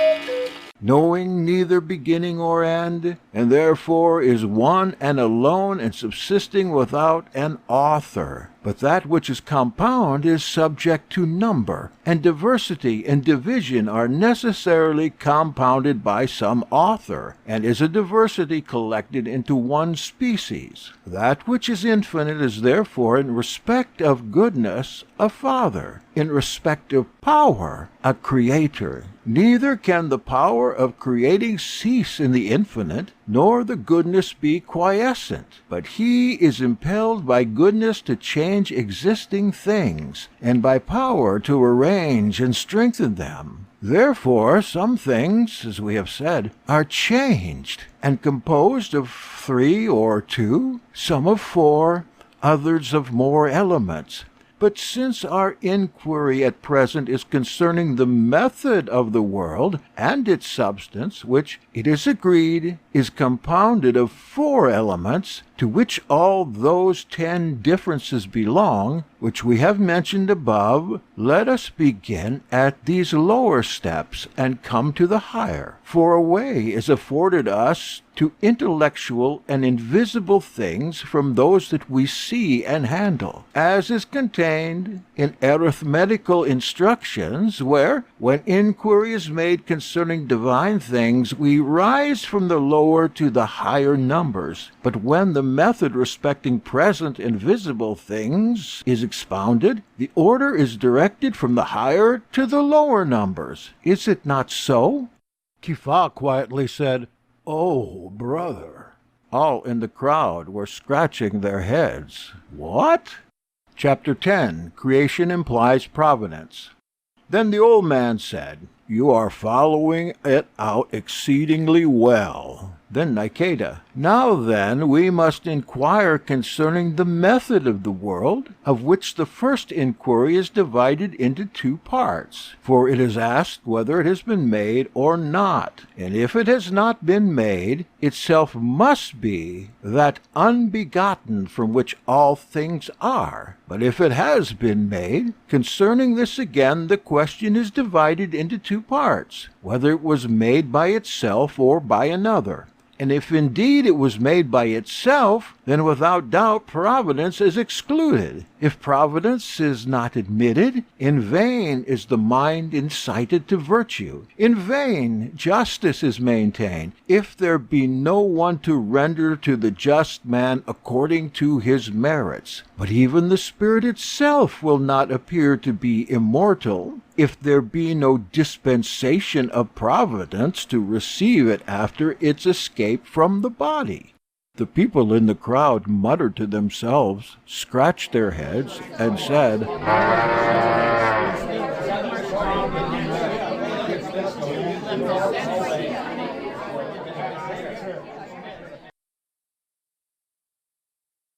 The Nazarene Acts of the Apostles, Book 8, Chapter 11, General or Special Providence. Niketa speaking. "Now, if it be taught that there is providence, and that the world was made by it, other questions meet us that must be discussed. For it will be asked in what way providence acts, whether generally towards the whole, or especially toward the parts, or generally also towards the parts, or both generally towards the whole, and especially towards the parts. But by general providence we mean this, as if Elohim at first making the world, has given an order and appointed a course to things, and has ceased to take any further care of what is done, but special providence towards the parts is of this sort, that he exercises providence over some men or places, but not over others, but general over all, and at the same time special over the parts, is in this wise. If Elohim made all things at first, and exercises providence over each individual even to the end, and renders to everyone according to his deeds. Chapter 12. Prayer inconsistent with Genesis. Therefore, that first proposition, which declares that Elohim made all things in the beginning, and having imposed a course and order upon things, takes no further account of them, affirms that all things are done according to what you call Genesis. To this, therefore, we will first reply, and especially to those who worship the false Elohim and defend Genesis. Assuredly, these men, when they sacrifice to the false Elohim and pray to them, hope that they will obtain something in opposition to Genesis, and so they annul Genesis. But when they laugh at those who incite to virtue and exhort to continence, and say that nobody can do or suffer anything unless what is decreed to him by fate, they assuredly cut up by the roots all worship of any Elohim.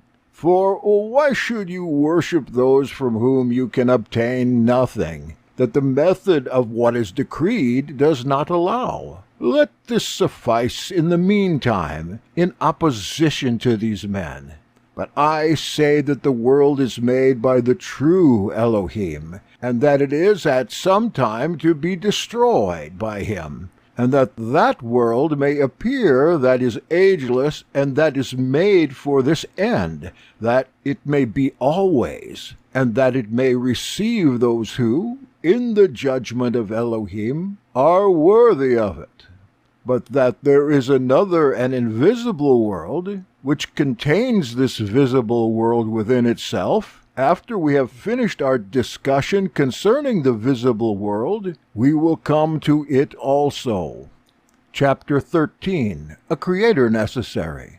Now, in the meantime, that this visible world has been made, very wise men among the philosophers do testify, and that we may not seem to make use of assertions as witnesses, as though we needed them, let us inquire, if you please, concerning its principles. That this visible world is material is sufficiently evident from the fact that it is visible. But everybody receives one of two differentiae, for it is either compact and solid, or divided and separate. And if the body of which the world was made was compact and solid, and that body was parted and divided through diverse species and parts according to its differences, there must necessarily be understood to have been someone to separate the body that was compact and solid, and to draw it into many parts and diverse forms. Or if all this mass of the world was compounded and compacted from diverse and dispersed parts of bodies, still there must be understood to have been someone to collect into one the dispersed parts, and to invest these things with their different species. Chapter 14. Mode of Creation. And indeed, I know that several of the philosophers were rather of the opinion that Elohim the Creator made divisions and distinctions from one body, which they call matter, which yet consisted of four elements, mingled into one by a certain tempering of Elohim. For I think that what some have said is vain, that the body of the world is simple, that is, without any conjunction, since it is evident that what is simple can neither be a body, nor can be mixed, or propagated, or dissolved, all of which we see the bodies of the world do. For how could it be dissolved if it were simple, and had not within it that from which it might be resolved and divided? But if bodies seem to be composed of 2 or 3, or even of 4 elements, who that has even a small portion of sense does not perceive that there must have been someone who collected several into one, and preserving the measure of tempering, made a solid body out of diverse parts? This someone, therefore, we call Yahweh, the Creator of the world, and acknowledge him as the author of the universe. Chapter 15. Theories of Creation. For the Greek philosophers, inquiring into the beginnings of the world, have gone some in one way and some in another. In short, Pythagoras says that numbers are the elements of its beginnings. Callistratus says qualities. Alcmaeon, contrarieties. Anaximander, immensity. Anaxagoras, equalities of parts. Epicurus, atoms. Diodorus, akatonomaston, or anomaly, that is, things in which there are no parts. Asclepius, ogikoi, which we may call tumors or swellings. The geometricians, ends. Democritus, ideas. Thales, water. Heraclitus, fire. Diogenes, air. Parmenides, earth. Zeno, Empedocles. And Plato, fire, water, air, and earth. Aristotle also introduces a 5th element, which he called akatonomaston, that is, that which cannot be named, without doubt indicating Elohim who made the world by joining the 4 elements into one, whether therefore there be 2 or 3 or 4 or more, or innumerable elements of which the world consists. In every supposition there is shown to be an Elohim who collected many into one, and again drew them when collected into diverse species. And by this it is proved that the machine of the world could not have subsisted without a maker and a disposer. Wow! Chapter 16. The world made of what we cannot see by a creator. But from the fact that, in the conjunction of the elements, if one be deficient or in excess, the others are loosened and fall, is shown that they took their beginning from that which is invisible. If, for example, moisture be wanting in any body, neither will the dry sand, for dry is fed by moisture, as also cold by heat, in which, as we have said, if one be defective, the whole is dissolved. And in this they give indications of their origin, that they were made out of the invisible.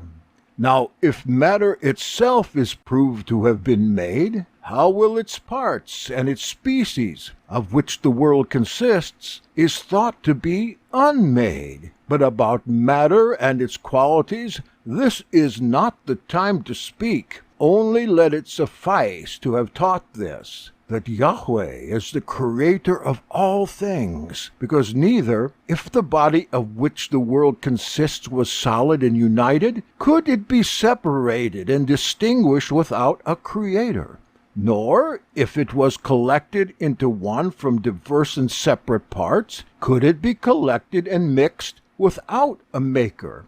Therefore, if Yahweh is so clearly shown to be the creator of the world, what room is there for Epicurus to introduce atoms, and to assert that not only sensible bodies, but even intellectual and rational minds are made of insensible corpuscles? Chapter 17. Doctrine of atoms untenable. But you will say, according to the opinion of Epicurus, that successions of atoms coming in a ceaseless course and mixing with one another and conglomerating through unlimited and endless periods of time are made solid bodies. I do not treat this opinion as a pure fiction, and that too a badly contrived one, but let us examine it, whatever is its character, and see if what is said can stand. For they say that those corpuscles, which they call atoms, are of different qualities, that some are moist, and therefore heavy, and tending downwards, and others dry and earthy, and therefore still heavy, but others fiery, and therefore always pushing upwards. Others cold and inert, always remaining in the middle. Since then some, as being fiery, always tend upwards, and others, as being moist and dry, always downwards, and others keep a middle and unequal course, how could they meet together and form one body? For if any one threw down from a height small pieces of straw, for example, and pieces of lead of the same size, will the light straws be able to keep up with the pieces of lead, though they be equal in size? Nay, the heavier reach the bottom far more quickly. But Kifao whispered under his breath, "Air resistance." So also atoms, though they be equal in size, yet being unequal in weight, the lighter will never be able to keep pace with the heavier, but if they cannot keep pace, certainly neither can they be mixed or form one body. Chapter 18. The concourse of atoms could not make the world. Then, in the next place, if they are ceaselessly borne about and always coming, and being added to things whose measure is already complete, how can the universe stand, when new weights are always being heaped upon so vast weights? And this also I ask, if this expanse of sky that we say was constructed by the gradual concurrence of atoms, how did it not collapse when it was in construction, if indeed the yawning top of the structure was not propped and bound by any stays? For as those who would build circular domes, unless they bind the fastening of the central top, the whole falls at once. So also the circle of the world, which we see to be brought together in so favorable a form, if it was not made at once, and under the influence of a single putting forth of divine energy by the power of a creator, but atoms by gradually concurring and constructing it, not as reason demanded, but as a fortuitous issue befell, how did it not fall down and crumble to pieces before it could be brought together and fastened? And further, I ask this, what is the pavement on which the foundations of such an immense mass are laid? And again, what you call the pavement, on what does it rest? And again, the other, what supports it? And so I go on asking until the answer comes to nothing and vacuity. Chapter 19, More Difficulties of the Atomic Theory. But if anyone say that atoms of a fiery quality, being joined together, formed a body, and because the quality of fire does not tend downwards but upwards, that the nature of fire, always pushing upwards, supports the mass of the world placed upon it, to this we answer, how could atoms of a fiery quality, which always make for the highest place, descend to the lower, and be found in the lowest place of all, so as to form a foundation for all? Whereas rather the heavier qualities, that is, the earthy or watery, always come before the lighter, as we have said. Hence also they assert that the sky, as the higher structure, is composed of fiery atoms, which are lighter, and always fly upward, Therefore the world cannot have foundations of fire or any other, nor can there be any association or compacting of the heavier atoms with the lighter, that is, of those that are always borne downwards, with those that always fly upwards. Thus it is sufficiently shown that the bodies of this world are consolidated by the union of atoms, and that insensible bodies, even if they could by any means concur and be united, could not give forms and measures to body, form limbs, or affect qualities, or express quantities, all which, therefore, by their exactness, attest the hand of a Maker, and show the operation of reason, which reason I call the Word and Yahweh. Chapter 20. Plato's Testimony. But someone will say that these things are done by nature. Now in this the controversy is about a name. For while it is evident that it is a work of mind and reason, what you call nature, I call Yahweh the Creator. It is evident that neither the species of bodies, arranged with so necessary distinctions, nor the faculties of minds, could or can be made by irrational and senseless work. But if you regard the philosophers as fit witnesses, Plato testifies concerning these things in the Timaeus, where, in a discussion on the making of the world, he asks whether it has existed always, or had a beginning, and decides that it was made. For, says he, it is visible and palpable and corporeal. But it is evident that all things which are of this sort have been made. But what has been made has doubtless an author, by whom it was made. This Maker and Father of all, however, it is difficult to discover, and when discovered, it is impossible to declare him to the vulgar. Such is the declaration of Plato.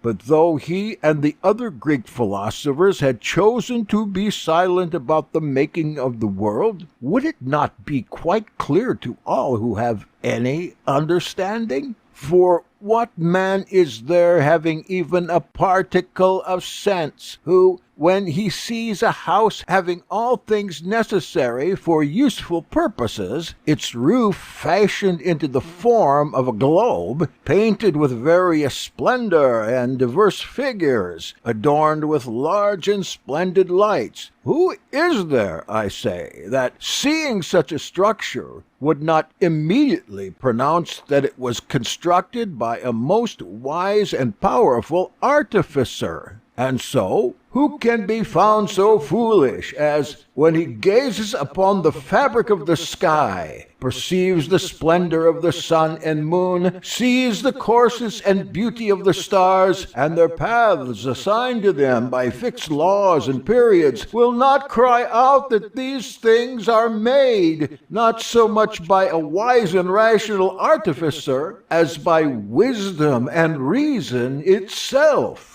Wow. Yes.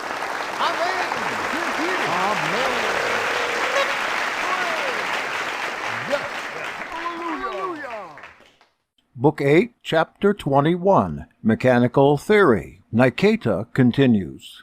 But if you would rather have the opinions of other Greek philosophers, and you are acquainted with mechanical science, you are of course familiar with what is their deliverance concerning the skies. For they suppose a sphere, equally rounded in every direction, and looking indifferently to all points, and at equal distances in all directions from the center of the earth, and so stable by its own symmetry, and that its perfect equality does not permit it to fall off to any side, and so the sphere is sustained, although supported by no prop. Now, if the fabric of the world really has this form, the divine work is evident in it. But if, as others think, the sphere is placed upon the waters, and is supported by them, or floating in them, even so the work of a great contriver is shown in it. Chapter 22, Motions of the Stars. But lest the assertion may seem doubtful respecting things that are not obvious to all, let us come to those things of which nobody is ignorant, who disposed the courses of the stars with so great reason, ordained their risings and settings, and appointed to each one to accomplish the circuit of the skies in certain and regular times, who assigned to some to be always approaching to the setting, and others to be returning to the rising, who put a measure upon the courses of the sun, that he might mark out by his diverse motions hours and days and months, and changes of season, or that he might distinguish by the sure measure of his course, now winter, then spring, summer, and afterwards autumn, and always, by the same changes of the year, complete the circle with variety, without confusion. Who, I say, will not pronounce that the director of such order is the very wisdom of Yahweh. And these things we have spoken according to the relations given us by the Greeks respecting the science of the heavenly bodies. Chapter 23, Providence in Earthly Things. But what will we say of those things also that we see on the earth or in the sea? Are we not plainly taught that not only the works but also the providence of Elohim is in them? For whereas there are on the earth lofty mountains in certain places, their purpose is that the air, being compressed and confined by them through the appointment of Elohim, may be forced and pressed out into winds, by which fruits may germinate, and the summer heat may be moderated when the Pleiades glow, fired from the blaze of the sun. But you will say, why that blaze of the sun, that moderating should be required? How then should fruits be ripened that are necessary for the uses of men? But observe this also, that at the meridian axis, where the heat is greatest, there is no great collection of clouds, nor an abundant fall of rain, lest disease should be produced among the inhabitants. For watery clouds, if they are acted on by rapid heat, render the air impure and pestilential. And the earth also, receiving the warm rain, does not afford nourishment to the crops, but destruction. In this, who can doubt that there is the working of Yahweh? In short, Mitzrayim, which is scorched with the heat of Ethiopia in its neighborhood, lest its air should be incurably corrupted by the effects of showers. Its plains do not receive rain furnished to them from the clouds, but, as it were, an earthly shower from the overflow of the Nile. Chapter 24, Rivers and Seas.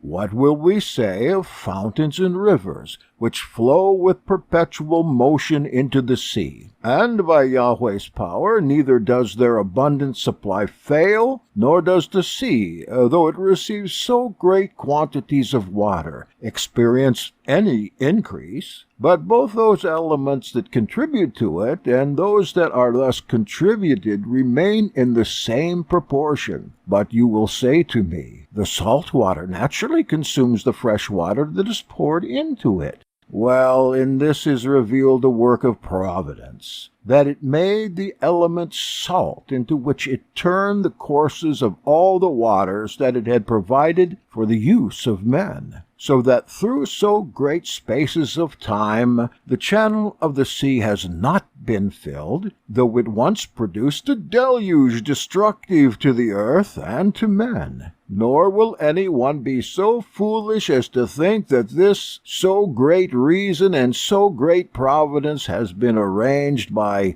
irrational nature. Chapter 25, Plants and Animals. Editor's note: there are a few ideas in this chapter that don't even seem to make sense among those that we see as right. As one editor has pointed out, however, the following notions were commonly believed true, not unlike the philosophies of Charles Darwin, taken as scientific fact today. Kepha's science is, at least, not rooted in denial of the existence of a creator, as Darwinism is, and they are anomalies among all the other pronouncements made in these chapters concerning the workings of creation. Before we condemn these ideas, we should consider that Yahweh no doubt also finds that some of our perceptions about him and his creation are, to say the least, inaccurate, yet extends his mercy and graciousness to us all. Consider Saul's admonition to the Greeks, found in Acts 17:30 and 31, and at the times of this ignorance El winked.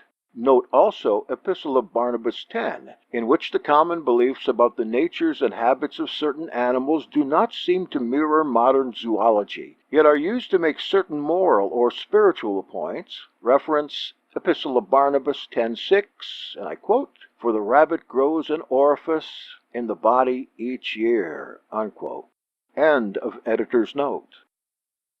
Niketa continues, "But what will I say of plants? And what of animals? Is it not Providence that has ordained that plants, when they decay by old age, should be reproduced by the suckers or the seeds that they have themselves produced, and animals by propagation? And by a certain wonderful dispensation of Providence, milk is prepared in the udders of the dams for the animals before they are born, and as soon as they are born, with no one to guide them, they seek out the store of nourishment provided for them. And not only males are produced, but females also, that by means of both the race may be perpetuated. But lest this should seem, as some think, to be done by a certain order of nature, and not by the appointment of the Creator, he has, as a proof, an indication of his providence, ordained a few animals to preserve their stock on the earth in an exceptional way. For example, the crow conceives through the mouth, and the weasel brings forth through the ear, and some birds, such as hens, sometimes produce eggs conceived of wind or dust. Other animals convert the male into the female, and change their sex every year, as hares and hyenas, which they call monsters. Others spring from the earth, and get their bodies from it, as moles. Others from ashes, as vipers. Others from putrefying flesh, as wasps from horseflesh. Bees from oxflesh. Others from cow dung, as beetles. Others from herbs, as the scorpion from the basil. And again, herbs from animals, as parsley and asparagus from the horn of the stag or the she-goat. Chapter 26, Germination of Seeds. And what occasion is there to mention more instances in which Yahweh has ordained the production of animals to be effected in various ways? That order being superseded that is thought to be assigned by nature, from which not an irrational course of things, but one arranged by his own reason might be evinced. And in this also is there not a full work of providence shown, when seeds sown are prepared by means of earth and water for the sustenance of men? For when these seeds are committed to the earth, the soil milks upon the seeds, as from its teats, the moisture that it has received into itself by the will of Elohim. For there is in water a certain power of the Ruach, given by Elohim from the beginning, by whose operation the structure of the body that is to be begins to be formed in the seed itself, and to be developed by means of the blade and the ear. For the grain of seed being swelled by the moisture, that power of the Ruach that has been made to reside in water, running as an incorporeal substance through certain narrow passages of veins, excites the seeds to growth, and forms the species of the growing plants. By means, therefore, of the moist element in which that vital Ruach is contained and inborn, it is caused that not only is it revived, but also that an appearance and form in all respects like to the seeds that had been sown, is reproduced. Now, who that has even a particle of sense will think that this method depends upon irrational nature and not upon divine wisdom? Lastly, also these things are done in a resemblance of the birth of men. For the earth seems to take the place of the womb, into which the seed, being cast, is both formed and nourished by the power of water and ruach, as we have said before. Chapter 27, Power of Water. But in this also Yahweh is to be admired, that he permits us to see and know the things that are made, but has placed in secrecy and concealment the way and manner in which they are done, that they may not be competent to the knowledge of the unworthy, but may be laid open to the worthy and faithful when they will have deserved it.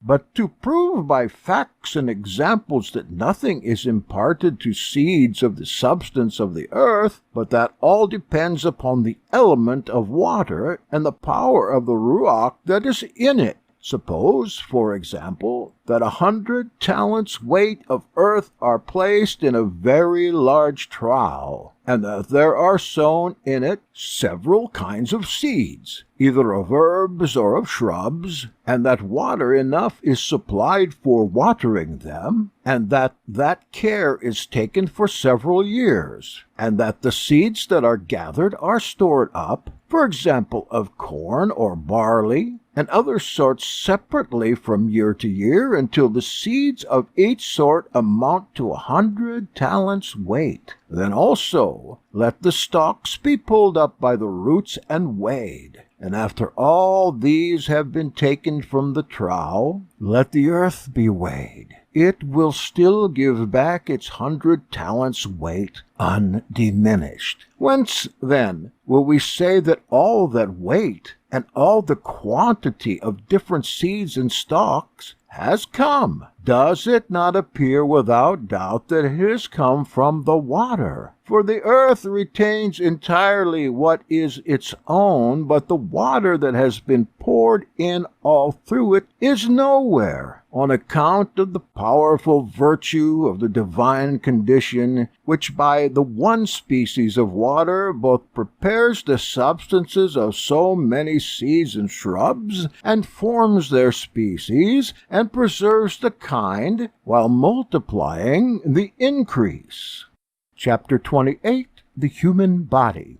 From all these things I think it is sufficient and abundantly evident that all things are produced, and the universe consists by a designing sense, and not by the irrational operation of nature. But let us come now, if you please, to our own substance, that is, the substance of man, who is a small world, a microcosm in the great world, and let us consider with what reason it is compounded. And from this especially you will understand the wisdom of the Creator. For although man consists of different substances, one mortal and the other immortal, yet by the skillful contrivance of the Creator, their diversity does not prevent their union, and that although the substances be diverse and alien the one from the other, for the one is taken from the earth and formed by the Creator, but the other is given from immortal substances. And yet the honor of its immortality is not violated by this union, nor does it as something consist of reason, desire, and passion, but rather such affections seem to be in it by which it may be moved in each of these directions. For the body, which consists of bones and flesh, takes its beginning from the seed of a man, which is extracted from the marrow by warmth, and conveyed into the womb as into a soil to which it adheres, and is gradually moistened from the fountain of the blood, and so is changed into flesh and bones, and is formed into the likeness of him who injected the seed.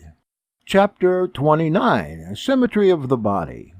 And mark in this the work of the designer, how he has inserted the bones like pillars, on which the flesh might be sustained and carried. Then again, how an equal measure is preserved on either side, that is, the right and the left, so that foot answers to foot, hand to hand, and even finger to finger, so that each agrees in perfect equality with each, and also eye to eye, and ear to ear, which not only are suitable to and matched with each other, but also are formed fit for necessary uses. The hands, for instance, are so made as to be fit for work, the feet for walking, the eyes protected with sentinel eyebrows, to serve the purpose of sight, the ears so formed for hearing that, like a cymbal, they vibrate the sound of the word that falls upon them and sends it inward, and transmits even in the understanding of the heart, whereas the tongue, striking against the teeth in speaking, performs the part of a fiddle bow. The teeth also are formed, some for cutting and dividing the food, and handing it over to the inner ones, and these, in their turn, bruise and grind it like a mill, that it may be more conveniently digested when it is conveyed into the stomach. For this reason they are also called grinders. Chapter 30, Breath and Blood.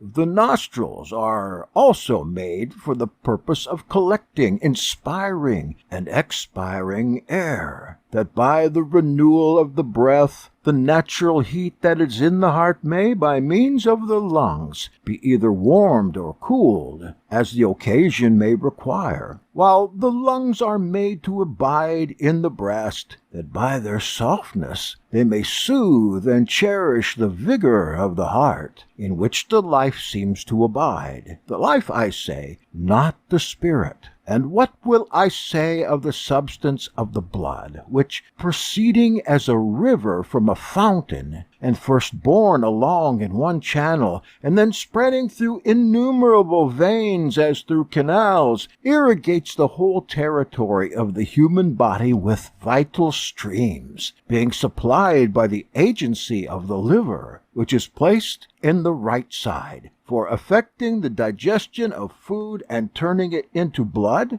but in the left side is placed the spleen, which draws to itself, and in some way cleanses the impurities of the blood. The Nazarene Acts of the Apostles, Book 8, Chapter 31, The Intestines.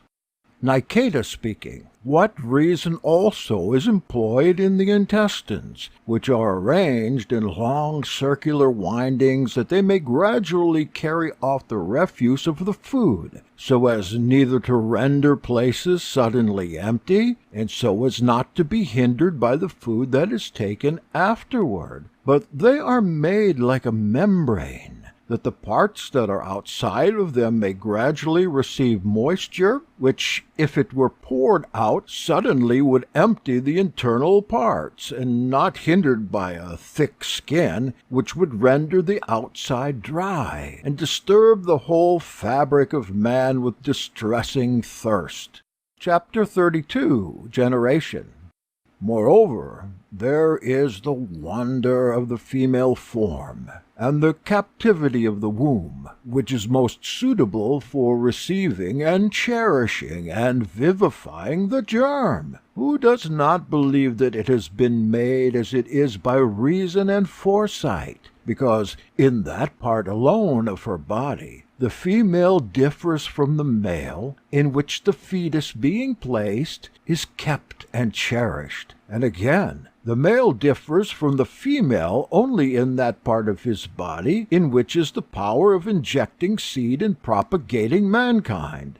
And in this there is a great proof of providence, from the necessary difference of members. How marvelous it is that where, under a likeness of form, there is found to be diversity of use and variety of office, For males and females equally have teats, but only those of the female are filled with milk, that, as soon as they have brought forth, the infant may find nourishment suited to him. But if we see the members in man arranged with such method, and that in all the rest of creation there is seen to be similarity of form, and difference only in those in which their use requires a difference, and we neither see anything superfluous nor anything wanting in man, nor in woman anything deficient or in excess, who will not, from all these things, acknowledge the operation of reason and the wisdom of the Creator? Chapter 33, Correspondences in Creation.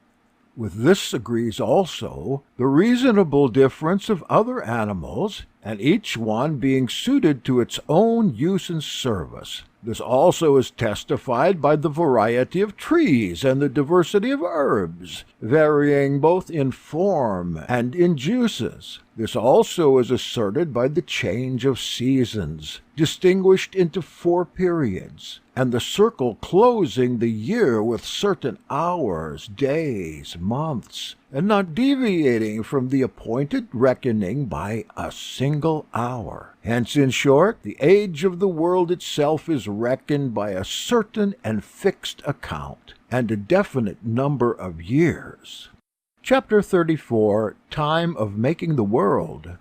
But you will say, when was the world made, and why so late? This you might have objected, though it had been made sooner. For you might say, why not also before this? And so, going back through unmeasured ages, you might still ask, and why not sooner? But whether it was made at all. For if it is obvious that it was made, it is necessarily the work of a powerful and supreme Creator. And if this is evident, it must be left to the choice and judgment of that all-knowing Creator when He should please to make it. Unless indeed you think that all this wisdom, which has constructed the immense fabric of the world, and has given to the several objects their forms and kinds, assigning to them a habit not only in accordance with beauty, but also most convenient and necessary for their future uses, unless, I say, you think that this alone has escaped it, that it should choose a convenient season for so magnificent a work of creation. He has doubtless a certain reason and evident cause why and when and how he made the world, but it were not proper that these should be disclosed to those who are reluctant to inquire into and understand the things that are placed right before their eyes, and that testify of His providence. For those things that are kept in secret and are hidden within the senses of Chokmah, as in a royal treasury, are laid open to none but those who have learned of Him, with whom these things are sealed and laid up. It is Yahweh Elohim, therefore, who made all things, and Himself was made by none. But those who speak of nature instead of Elohim, and declare that all things were made by nature, do not perceive the mistake of the name that they use. For if they think that nature is irrational, it is most foolish to suppose that a rational creature can proceed from an irrational Creator. But if it is reason, that is, logos, by devar, by which it appears that all things were made, they change the name without purpose when they make statements concerning the reason of the Creator. If you have anything to say to these things, my father, say on. Chapter 35, A Contest of Hospitality. When Nikeda had thus spoken, the old man answered, You indeed, my son, have conducted your argument wisely and vigorously, so much so that I do not think the subject of providence could be better treated. But as it is now late, I wish to say some things tomorrow in answer to what you have argued. And if on these you can satisfy me, I will confess myself a debtor to your favor. And when the old man had said this, Kepha rose up. Then one of those present, a chief man of the Laodiceans, requested of Kepha and us that he might give the old man other clothes instead of the mean and torn ones that he wore. Kepha and we embraced this man, praising him for his honorable and excellent intention. And Kepha said, "We are not so foolish and disrespectful as not to bestow the things that are necessary for bodily uses upon him to whom we have committed so precious words. And we hope that he will willingly receive them as a father from his sons. And also we trust that he will share with us our house and our living." While we said this, and that chief man of the city strove to take the old man away from us with the greatest urgency and with many blandishments, while we the more eagerly strove to keep him with us, all the people cried out that it should rather be done as the old man himself pleased. And when silence was obtained, the old man with an oath said, "Today I will stay with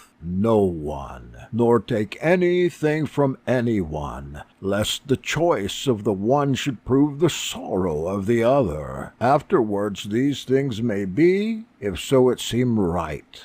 Chapter 36. Arrangements for tomorrow.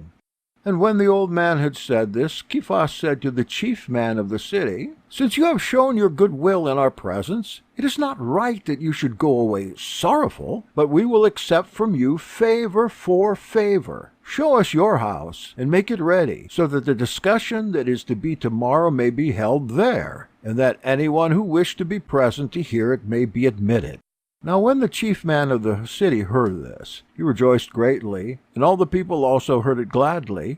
And when the crowds had dispersed, he pointed out his house. And the old man also was preparing to depart, but I commanded one of my attendants to follow the old man secretly, and find out where he stayed. And when we returned to our lodging, we told our brothers all our dealings with the old man, and so, as usual, we supped and went to sleep. Chapter 37. The Form of Sound Words. From me. On the following day Kepha rose early and called us, and we went together to the secret place in which we had been on the previous day for the purpose of prayer. And when, after prayer, we were coming from there to the appointed place, he exhorted us by the way, saying, "Hear me, most beloved fellow servants. It's good that every one of you, according to his ability, contribute to the advantage of those who are approaching to the faith of our way. And therefore, do not shrink from instructing the ignorant and teaching according to the wisdom that has been bestowed upon you by the providence of Elohim. Yet so that you only join the eloquence of your discourse with those things that you have heard from me, and that have been committed to you, yet do it so that you only join the eloquence of your discourse with those things that you have heard from me, and that have been committed to you. But do not speak anything that is your own, and that has not been committed to you, though it may seem yourselves to be true, but hold forth those things as I have said, that I myself have received from the Navi Emet Yeshua, and have delivered to you, although they may seem to be less full of authority. For thus men often do who turn away from the truth, while they believe that they have found out, by their own thoughts, a form of truth more true and powerful. Chapter 38. The Chief Man's House. To these counsels of Kepha we willingly assented, saying to him that we should do nothing but what was pleasing to him. Then said he, "That you may be therefore exercised without danger, each of you conduct the discussion in my presence, one succeeding another, and each one clearly explaining his own questions. Now then, as Nicator discoursed sufficiently yesterday, let Aquila conduct the discussion today, and after Aquila, Clement, and then I, if the case will require it, will add something." Meanwhile, while we were talking in this way, we came to the house, and the master of the house welcomed us, and led us to a certain apartment, arranged after the manner of a theatre, and beautifully built. There we found great crowds waiting for us who had come during the night, and amongst them the old man who had argued with us yesterday. Therefore we entered, having Kepha in the midst of us, looking about if we could see the old man anywhere. And when Kepha saw him hiding in the midst of the crowd, he called to him, saying, "Since you possess a spirit more enlightened than most, why do you hide and conceal yourself in modesty? Rather, come here and set forth your sentiments." Chapter 39. Recapitulation of yesterday's argument. And when Kepha had thus spoken, immediately the crowd began to make room for the old man. And when he had come forward, he thus began. "Although I do not remember the words of the discourse that the young man delivered yesterday, yet I remember the general meaning and the order of it, and therefore I think it necessary, for the sake of those who were not present yesterday, to call up what was said, and to repeat everything shortly, that although something may have escaped me, I may be reminded of it by him who delivered the discourse, who is now present."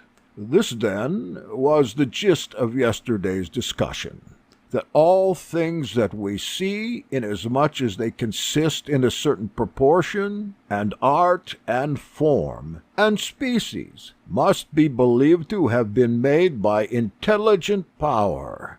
But if it be mind and reason that has formed them, it follows that the world is governed by the providence of the same reason, although the things that are done in the world may seem to us to be not quite rightly done. But it follows that if Elohim and mind is the creator of all things, he must also be just. But if he is just, he necessarily judges. If he judges, it is of necessity that men be judged with respect to their doings, and if everyone is judged in respect to his doings, there will at some time be a righteous separation between Tzaddikim and Kataim, between the righteous and sinners. And this, I think, was the substance of the whole discourse, no? Chapter 40. Genesis. If therefore it can be shown that mind and reason created all things, it follows that those things that come after are also managed by reason and providence. But if unintelligent and blind nature produces all things, the reason of judgment is undoubtedly overthrown, and there is no ground to expect either punishment of sin or reward of well-doing where there is no judge. Since then the whole matter depends upon this, and hangs by this head, do not take it amiss if I wish that to be discussed and handled somewhat more fully. For in this, the first gate, as it were, is shut toward all things that have been put before us, and therefore I wish first of all to have it opened to me. Now therefore hear what my doctrine is, and if any one of you pleases, let him reply to me, for I will not be ashamed to learn if I hear that which is true, and to assent to him who speaks rightly. The discourse, then, which you delivered yesterday, which asserted that all things consist by art and measure and reason, does not fully persuade me that it is mind and reason that has made the world, for I have many things that I can show to consist by competent measure and form and species, and that yet were not made by mind and reason. Then besides, I see that many things are done in the world without arrangement, consequence, or justice, and that nothing can be done without the course of Genesis. This I will in the sequel prove most clearly from my own case. The Nazarene Acts of the Apostles, Book 8, Chapter 40, Genesis, the old man speaking. If, therefore, it can be shown that mind and reason created all things, it follows that those things that come after are also managed by reason and providence. But if unintelligent and blind nature produces all things, the reason of judgment is undoubtedly overthrown, and there is no ground to expect either punishment of sin or reward of well-doing where there is no judge. Since, then, the whole matter depends upon this, and hangs by this head, do not take it amiss if I wish this to be discussed and handled somewhat more fully. For in this, the first gate, as it were, is shut toward all things that have been put before us, and therefore I wish first of all to have it opened to me. Now, therefore, hear what my doctrine is, and if any one of you pleases, let him reply to me, for I will not be ashamed to learn. If I hear that which is true, and to assent to him who speaks rightly. The discourse, then, which you delivered yesterday, which asserted that all things consist by art and measure and reason, does not fully persuade me that it is mind and reason that has made the world. For I have many things that I can show to consist by competent measure, and form, and species, and that yet were not made by mind and reason. Then, besides, I see that many things are done in the world without arrangement, consequence, or justice, and that nothing can be done without the course of genesis. This I will in the sequel prove most clearly from my own case.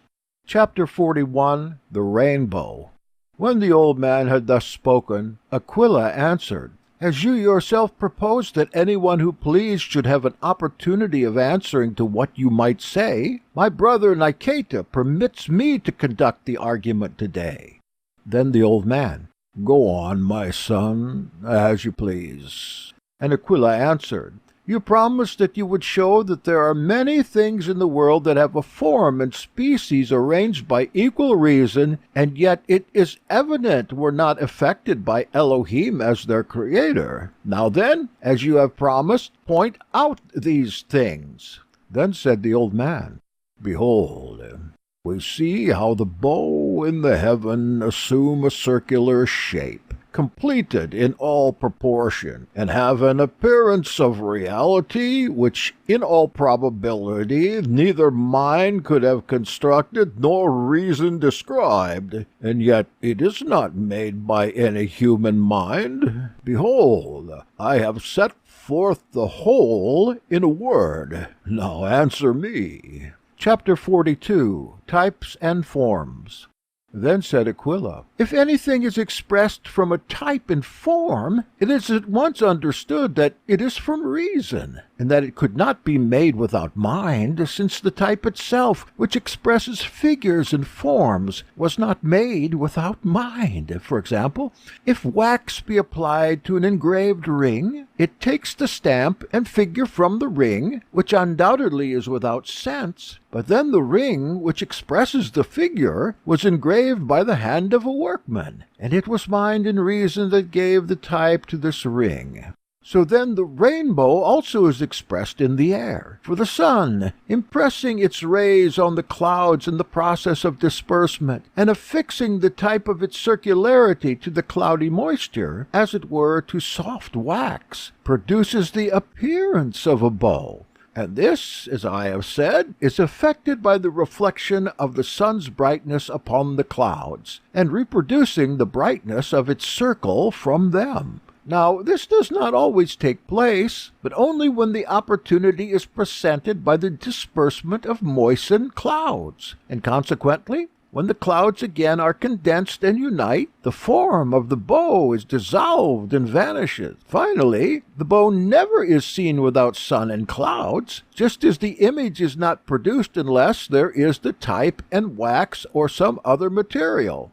Nor is it wonderful if Elohim the Creator in the beginning made types, from which forms and species may now be expressed. But this is similar to that in the beginning Elohim created insensible elements that he might use for forming and developing all the other things. But even those who form statues first make a mold of clay or wax, and from it the figure of the statue is produced. And then afterwards the shadow is also produced from the statue, which shadow always bears the form and likeness of the statue. What will we say then? That the insensible statue forms a shadow finished with as diligent care as the statue itself? Or will the finishing of the shadow be unhesitatingly ascribed to him who has also fashioned the statue?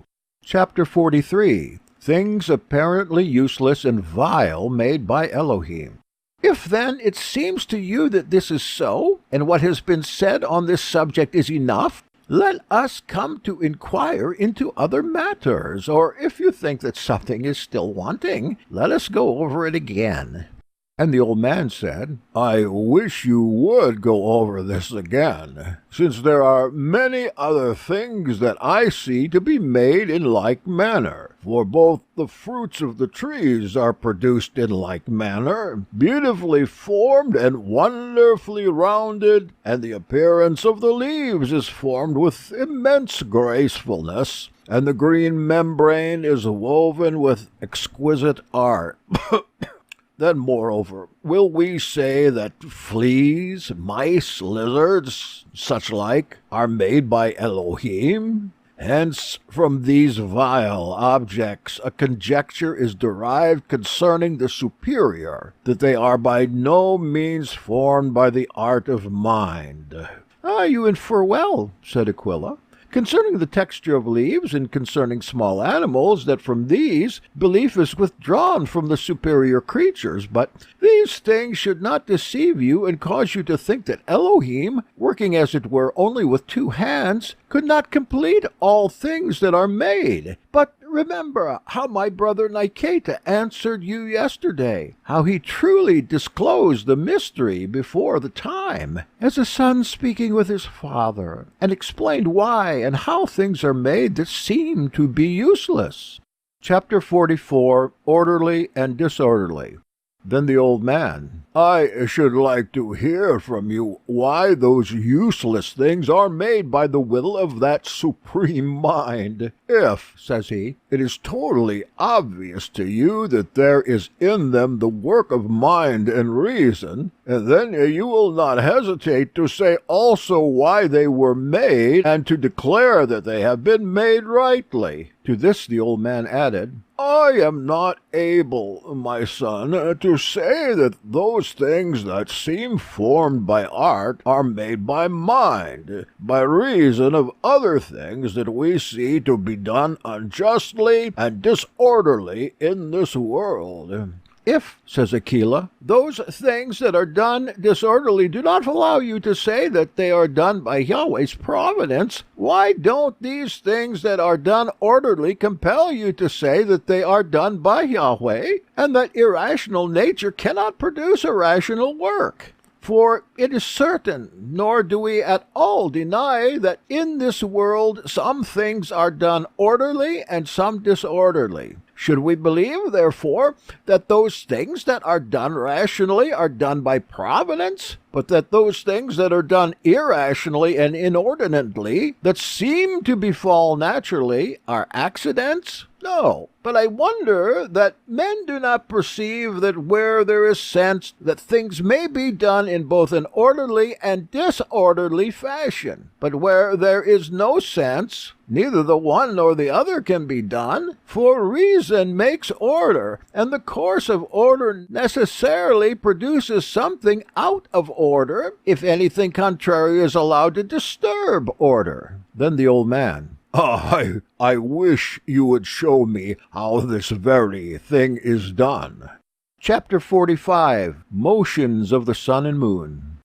Says Aquila, I will do so without delay. Two visible signs are shown in heaven, one of the sun, the other of the moon, and these are followed by 5 other stars, each describing its own separate orbit. These, therefore, Elohim has placed in the sky, by which the temperature of the air may be regulating according to the seasons, and the order of changes and alternations may be kept. But by means of the very same, if at any time he sends plague and corruption upon the earth for the sins of men, the air is disturbed. Pestilence is brought upon animals, blight upon crops, and a destructive year in every way upon men. Thus it is that by one and the same means order is both kept and destroyed. For it is clear even to the unbelieving and unskillful that the course of the sun, which is useful and necessary to the world, and which is assigned by providence, is always kept orderly. But the courses of the moon, in comparison of the course of the sun, seem to the unskillful to be inordinate and unsettled in her waxings and wanings. For the sun moves in fixed and orderly periods. For from him are hours, from him the day when he rises, from him also the night when he sets. From him months and years are reckoned,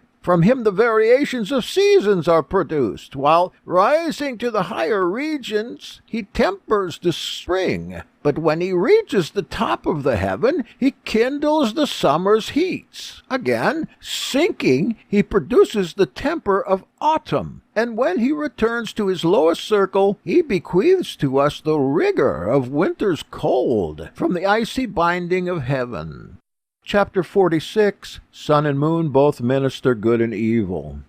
But we will discourse at greater length on these subjects at another time. Now, meantime, don't we see that though he is the good servant for regulating the changes of the seasons, yet when chastisement is inflicted upon men, according to the will of Elohim, he glows more fiercely and burns up the world with more vehement fires. In like manner also the course of the moon, and that changing that seems to the unskilled to be disorderly, is adapted to the growth of crops and cattle and all living creatures. For by her waxings and wanings, by a certain wonderful contrivance of providence, everything that is born is nourished and grows. We could speak about that at more length and unfold the matter in detail, but that seems to be enough to answer the question as proposed. So, by the very same appliances by which they are produced, all things are nourished and increased. On the other hand, when, from any just cause, the regulation of the appointed order is changed, corruption and distemper arise, so that chastisement may come upon men by the will of Elohim, as we have said above. Chapter 47, Chastisements on the Righteous and the Immoral. But maybe you will say, what of the fact that in the common chastisement, like things befall the good and the evil? It is true, and we confess it, but the chastisement of the righteous turns to their advantage, that, being afflicted in the present life, they may become more purified to the future, in which perpetual Shabbat is prepared for them, and that at the same time even the evil may somewhat profit from their chastisement by turning to righteousness, or else that the just sentence of the future judgment may be passed upon them, since in the same chastisements the righteous give thanks to Yahweh, while the unrighteous blaspheme. Therefore, since the opinion of things is divided into 2 parts, that some things are done by order and others against order, it ought, from these things that are done according to order, to be believed that there is a providence. But with respect to those things that are done against order, we should look for their causes from those who have learned them by the teaching of the Navi. For those who have become acquainted with the discourse of the Naviim know when and for what reason blight, hail, and pestilence, and similar things have occurred in every generation, and for what sins these have been sent as a punishment, whence causes of sadness, lamentation, and griefs have befallen the human race, whence also trembling sickness has ensued, and that this has been from the beginning the punishment for murder. Chapter 48, Chastisements for Sins. For in the beginning of the world there were none of these evils, but they took their rise from the rebellion of men, and thence, with the constant increase of iniquities, the number of evils has also increased. But for this reason Yahweh has decreed a judgment with respect to all men, because the present life was not such that every one could be dealt with according to his deserving. Those things, therefore, that are well and orderly appointed from the beginning, when no causes of evil existed, are not to be judged of from the evils that have befallen the world by reason of the sins of men. In short, as an indication of the things that were from the beginning, some tribes are found that are strangers to these evils. For the Series, because they live chastely, are kept free from them all. For they do not come at a woman after she has conceived, or while she is being purified. No one there eats unclean flesh. They know nothing of Zebaim, but all are shoftim to themselves according to justice. For this reason they are not chastened with those plagues of which we have spoken. They live to extreme old age and die without sickness. But we, miserable as we are, dwell as it were with deadly serpents, with immoral men, necessarily suffer with them the plagues of afflictions in this world, but we cherish hope from the comfort of good things to come. Chapter 49, Elohim's Precepts Despised. If, said the old man, even the righteous are tormented on account of the iniquities of others, Elohim thought, as foreseeing this, to have commanded men not to do those things from which it should be necessary that the righteous be afflicted with the unrighteous. Or if they did them, he ought to have applied some correction or purification to the whole world. Then Aquila, Elohim did so command and gave precepts to the Naviim how men ought to live. But even these precepts they despised. Indeed, if any desired to observe them, they afflicted them with various injuries until they drove them from their proposed observance, turning them to the rabble of infidelity, and made them like themselves. Chapter 50, The Flood. So, in short, at the first, when all the earth had been stained with sins, Yahweh brought a flood upon the world, which you say was done by Deucalion. And at that time he saved a certain righteous man, and with his sons in an ark, and with him the race of all plants and animals. And yet even those who sprang from them after a time again did deeds like to those of their predecessors. For those things that had befallen them were forgotten, so that their descendants did not even believe that the flood had taken place. So Elohim also decreed that there should not be another flood in the present world, else there should have been one in every generation, according to the account of their sins by reason of their unbelief. But he rather granted that certain Malakim who delight in evil should bear sway over the several tribes. And to them was given power over individual men, yet only on this condition: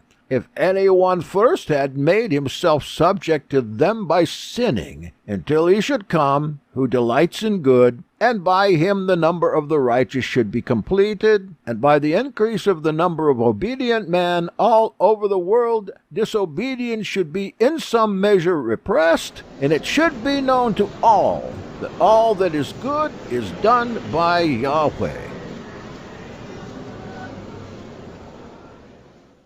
The Nazarene Acts of the Apostles, Book 8, Chapter 51, Evils Brought in by Sin. Aquila speaking. But by the freedom of the will, every man, while he is unbelieving in regard to things to come, runs into evils by doing evil deeds. And these are the things in the world that seem to be done contrary to order, which owe their existence to man's rebellion against Torah. Therefore, the purpose of Yahweh is for men to worship Him, which He granted to men in the beginning. They were walking in the good way of life in order to enjoy incorruptible good things. But when they sinned, they gave birth to evil by sin. And to every good thing evil is joined as by a certain covenant of alliance on the part of sin. Since indeed the earth has been polluted with human blood, and altars have been lighted to demons, and they have polluted their very air by the filthy smoke of Zebaim. And so at length the elements, being first corrupted, have handed over to men the fault of their corruption, as the roots nourish the branches and the fruit. Chapter 52. No rose without its thorn.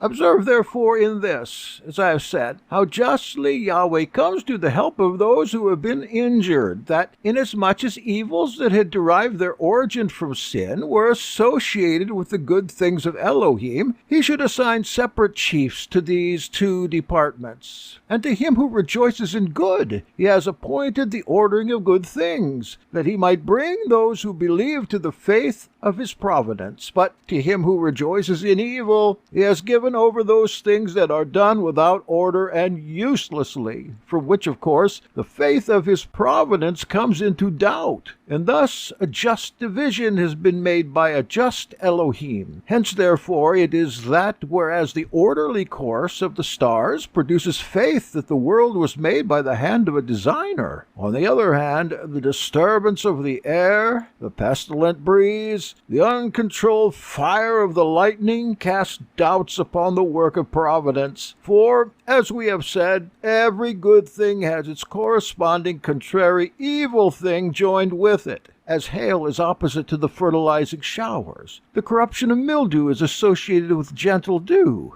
The whirlwinds of storms are joined with the soft winds, unfruitful trees with fruitful, noxious herbs with useful, and wild and destructive animals with gentle ones. But all these things are arranged by Elohim, because that the choice of men's will has departed from the purpose of good and fallen away to evil.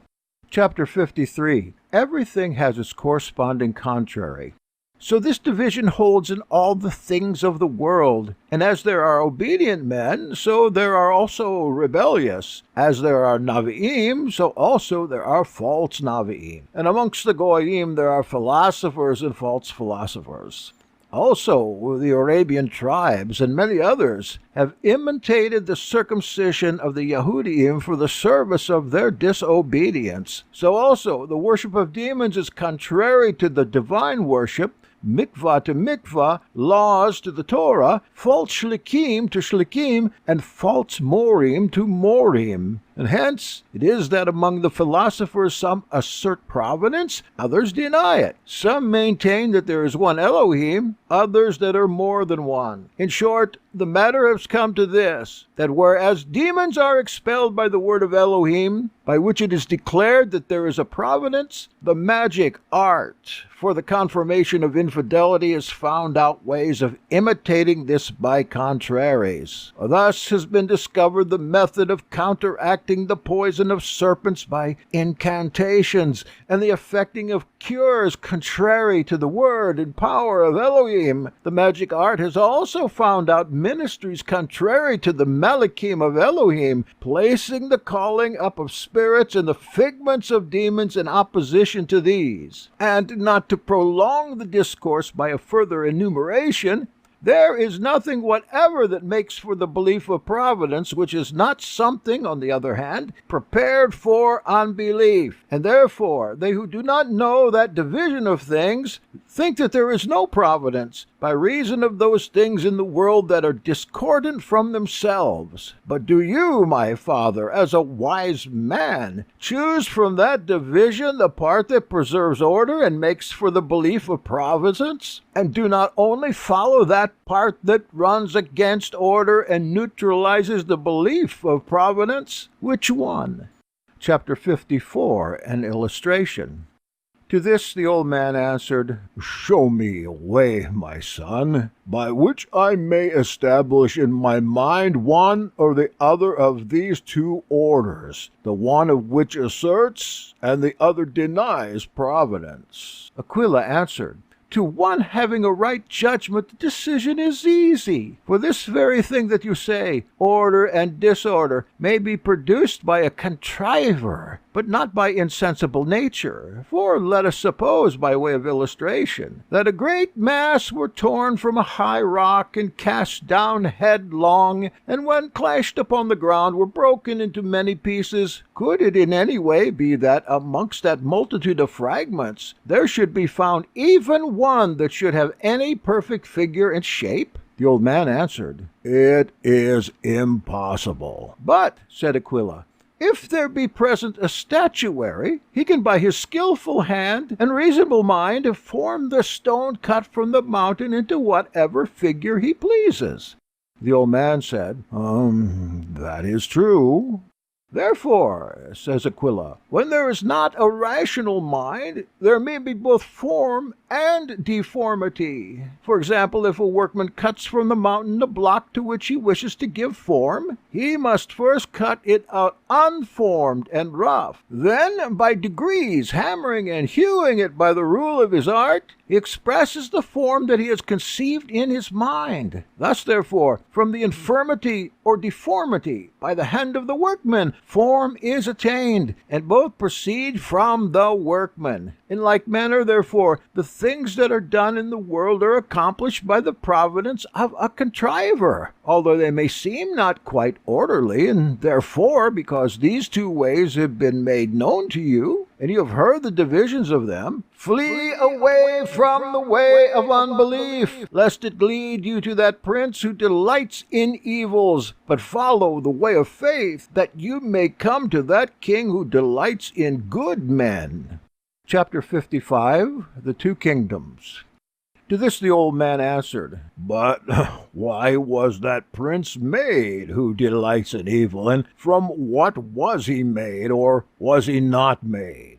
Aquila said, The treatment of that subject belongs to another time, but that you may not go away altogether without an answer to this, I will give a few hints on this subject also. Elohim, foreseeing all things before the creation of the world, knowing that the men who were to be would some of them indeed incline to good, but others to the opposite, assign those who should choose the good to his own government and his own care, and called them his peculiar inheritance. But he gave over the government of those who should turn to evil to those Malachim who, not by their substance, but by opposition, were unwilling to remain with Elohim, being corrupted by the vice of envy and pride. Those, therefore, he made worthy sarim of worthy subjects, and he so delivered them over to these Malachim that they have not the power of doing what they will against them, unless they transgress the bounds assigned to them from the beginning. And this is the bound assigned, that unless one first do the will of the demons have no power over him. Chapter 56, Origin of Evil. Then the old man said, You have stated it excellently, my son. It now remains only that you tell me whence is the substance of evil. For if it was made by Elohim, the evil fruit shows that the root is at fault, for it appears that it also is of an evil nature. But if this substance was co-ageless with Elohim, how can that which was equally unproduced and co-ageless be subject to the other? It was not always, said Aquila, but neither does it necessarily follow, if it was made by Elohim, that its creator should be thought to be such as is that which has been made by him. For indeed, Elohim made the substance of all things, but if a reasonable mind, which has been made by Elohim, does not acquiesce in the Torah of its Creator, and go beyond the bounds of the temperance prescribed to it, how does this reflect on the Creator? Or if there is any reason higher than this, we do not know it. For we cannot know anything perfectly, especially concerning those things for our ignorance of which we are not to be judged. But those things for which we are to be judged are most easy to be understood and are dispatched almost in a word. For almost the whole rule of our actions is summed up in this, that what we are unwilling to suffer we should not do to others. For as you would not be killed, you must beware of killing another. And as you would not have your own marriage violated, you must not defile another's bed. You would not be stolen from, neither must you steal, and every matter of men's action is comprehended within this rule. Chapter 57. The Old Man Unconvinced. Then the old man, "Do not take amiss, my son, what I am going to say. Though your words are powerful, yet they cannot lead me to believe that anything can be done apart from Genesis. For I know that all things have been done to me by the necessity of Genesis, and therefore I cannot be persuaded that either to do well or to do ill is in our power. And if we have not our actions in our power, I cannot believe that there is a I cannot believe that there is a judgment to come by which either punishments may be inflicted on the evil or rewards bestowed on the good. In short, since I see that you are initiated in this sort of learning, I will lay before you a few things from the art itself.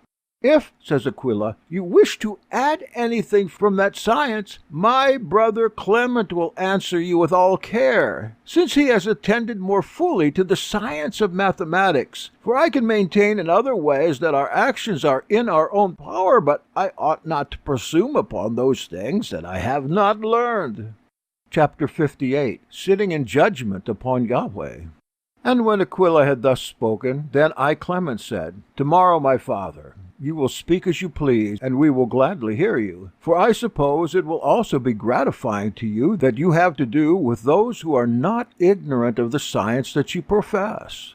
When therefore it had been settled between the old man and me that on the following day we should hold a discussion on the subject of Genesis, whether all things are done under its influence, or there be anything in us not done by Genesis, but by the judgment of the mind, Kepha rose up, and he began to speak to the following effect.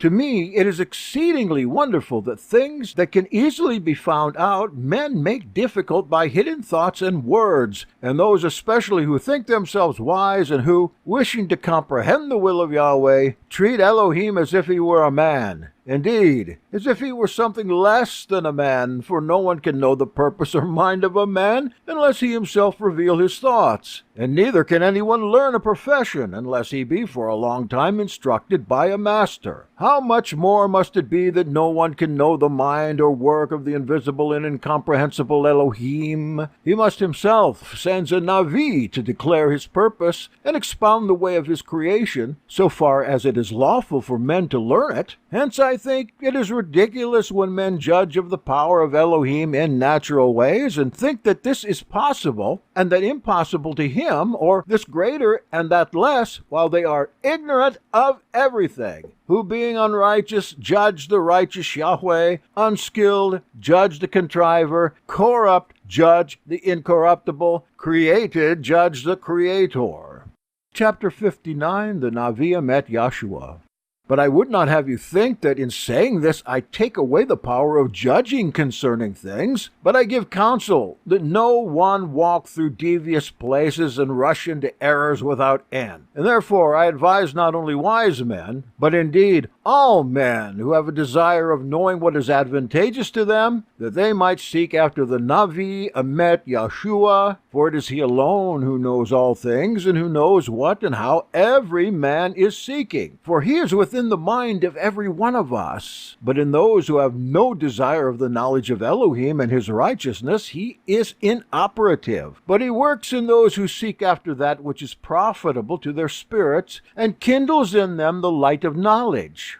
So seek him first of all, and if you do not find him, do not expect that you will learn anything from any other. But he is soon found by those who diligently seek him through love of the truth, and whose spirits are not taken possession of by immorality. For he is present with those who desire him in the innocence of their spirits, who bear patiently and draw sighs from the bottom of their hearts through love of the truth. But he deserts malevolent minds, because as a Navi he knows the thoughts of everyone. And therefore let no one think that he can find him by his own wisdom, unless, as we've said, he empty his mind of all immorality and conceive a pure and faithful desire to know him. But when anyone has so prepared himself, he himself, as a Navi, seeing a mind prepared for him, of his own accord offers himself to his knowledge.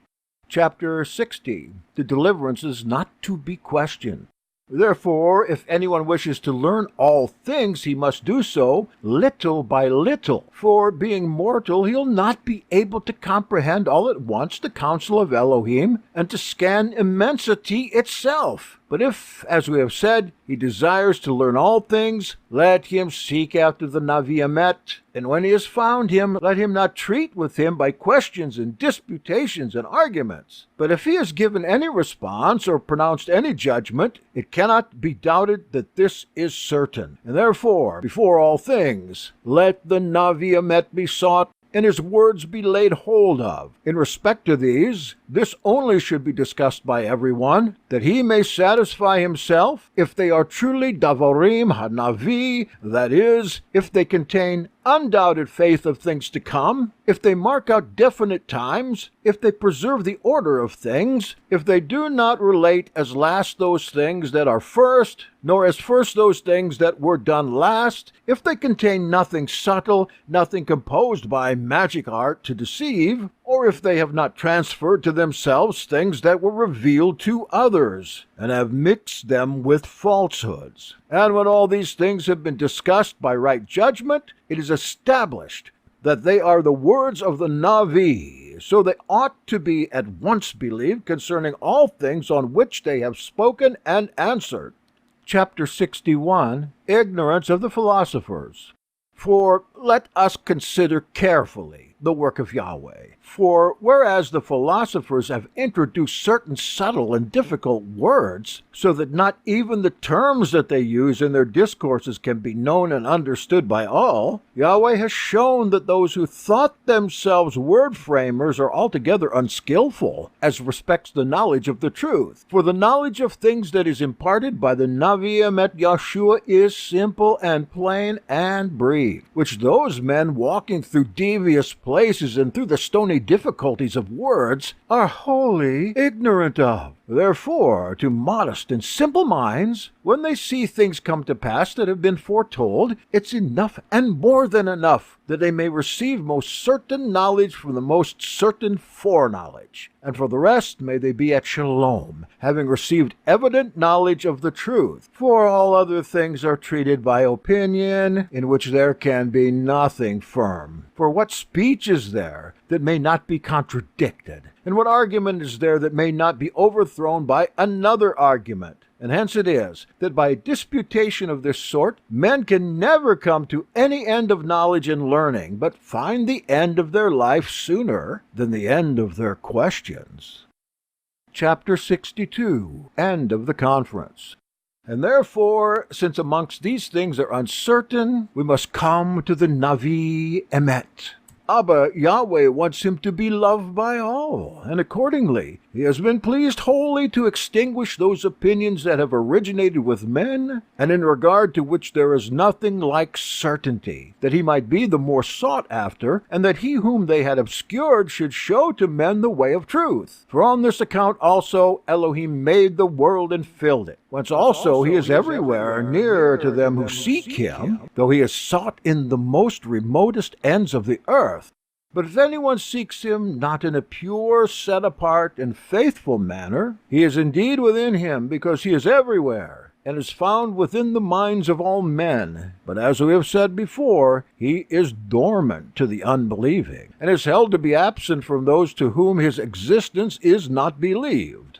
Then when Kepha had said this, and more to the same effect concerning Yeshua, he dismissed the crowds. And when he very earnestly entreated the old man to remain with us, he could prevail nothing. But he also departed to return the next day, as had been agreed upon. And after this, we also, with Kepha, went to our lodgings and enjoyed our accustomed food and rest. This is the end of the Nazarene Acts, Book 8. The Nazarene Acts of the Apostles, Book 9, Chapter 1, An Explanation. On the following day, Kepha, along with us, hastened early to the place in which the discussion had been held the day before. And when he saw that great crowds had assembled there to hear, he saw the old man with them. He said to him, "Old man, it was agreed yesterday that you should confer today with Clement, and that you should either show that nothing takes place apart from Genesis, or that Clement should prove that there is no such thing as Genesis, but that what we do is in our own power."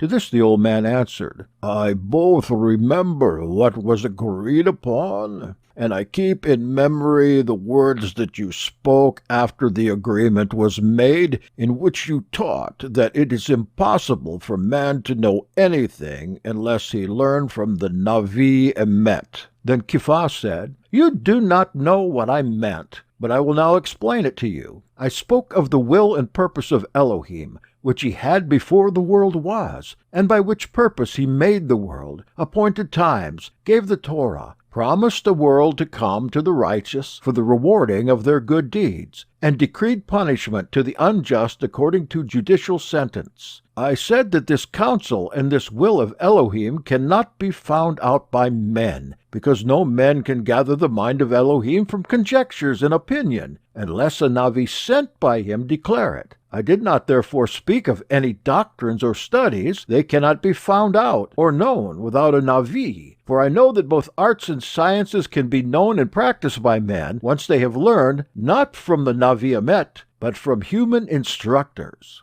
Chapter 2, Preliminaries.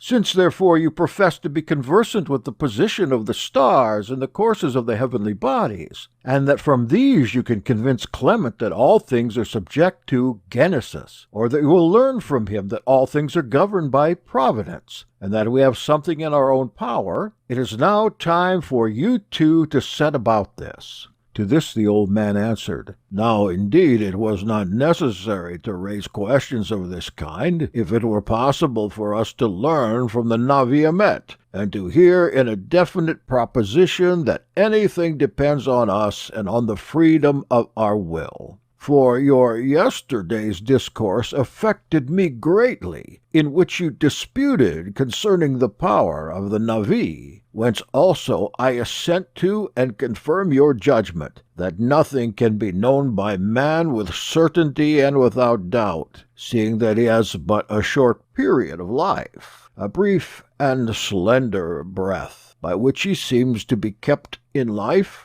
However, since I am understood to have promised to Clement, before I heard anything of the power of the Navi, that I should show that all things are subject to Genesis, or that I should learn from him that there is something in ourselves, let him do me this favor, that he first begin, and propound and explain what may be objected. For I, ever since I heard from you a few words concerning the power of prophecy, have, I confess, been confounded, considering the greatness of foreknowledge. Nor do I think that anything ought to be received that is collected from conjectures and opinions. Chapter 3, Beginning of the Discussion. When the old man said this, Clement, began to speak as follows.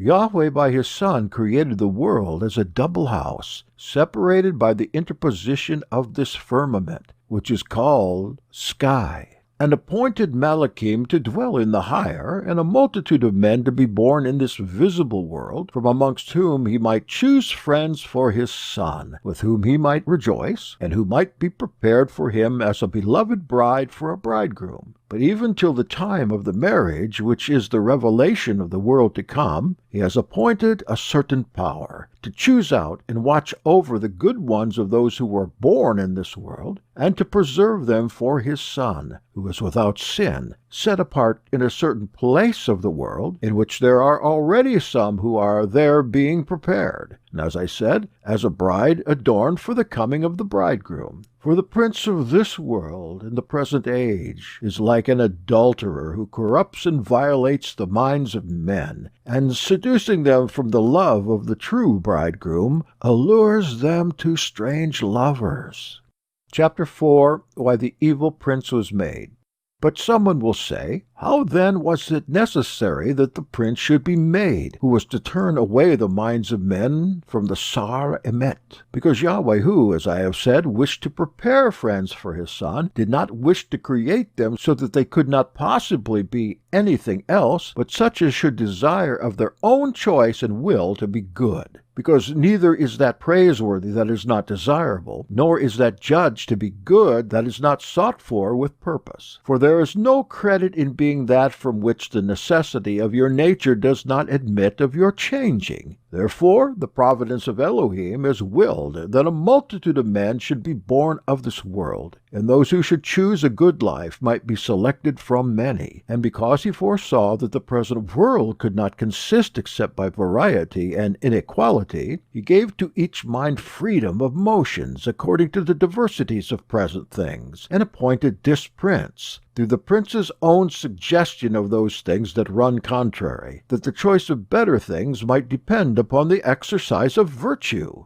Chapter 5. Necessity of Inequality. But to make our meaning plainer, we will explain it by particulars. Was it proper, for example, that all men in the world should be Melikim, or Sarim, or masters, or Morim, or lawyers, or geometers, or goldsmiths, or bakers, or smiths, or grammarians, or rich men, or farmers, or perfumers, or fishermen, or poor men? It is certainly that all could not be these. Yet the life of men requires all these professions and many more, and they cannot do without this variety of occupations. Therefore, inequality is necessary in this world, for there cannot be a Melech unless he has subjects over whom he may rule and reign, nor can there be a master unless he has one over whom he may bear sway, and in like manner of the rest. Chapter 6. Arrangements of the world for the exercise of virtue.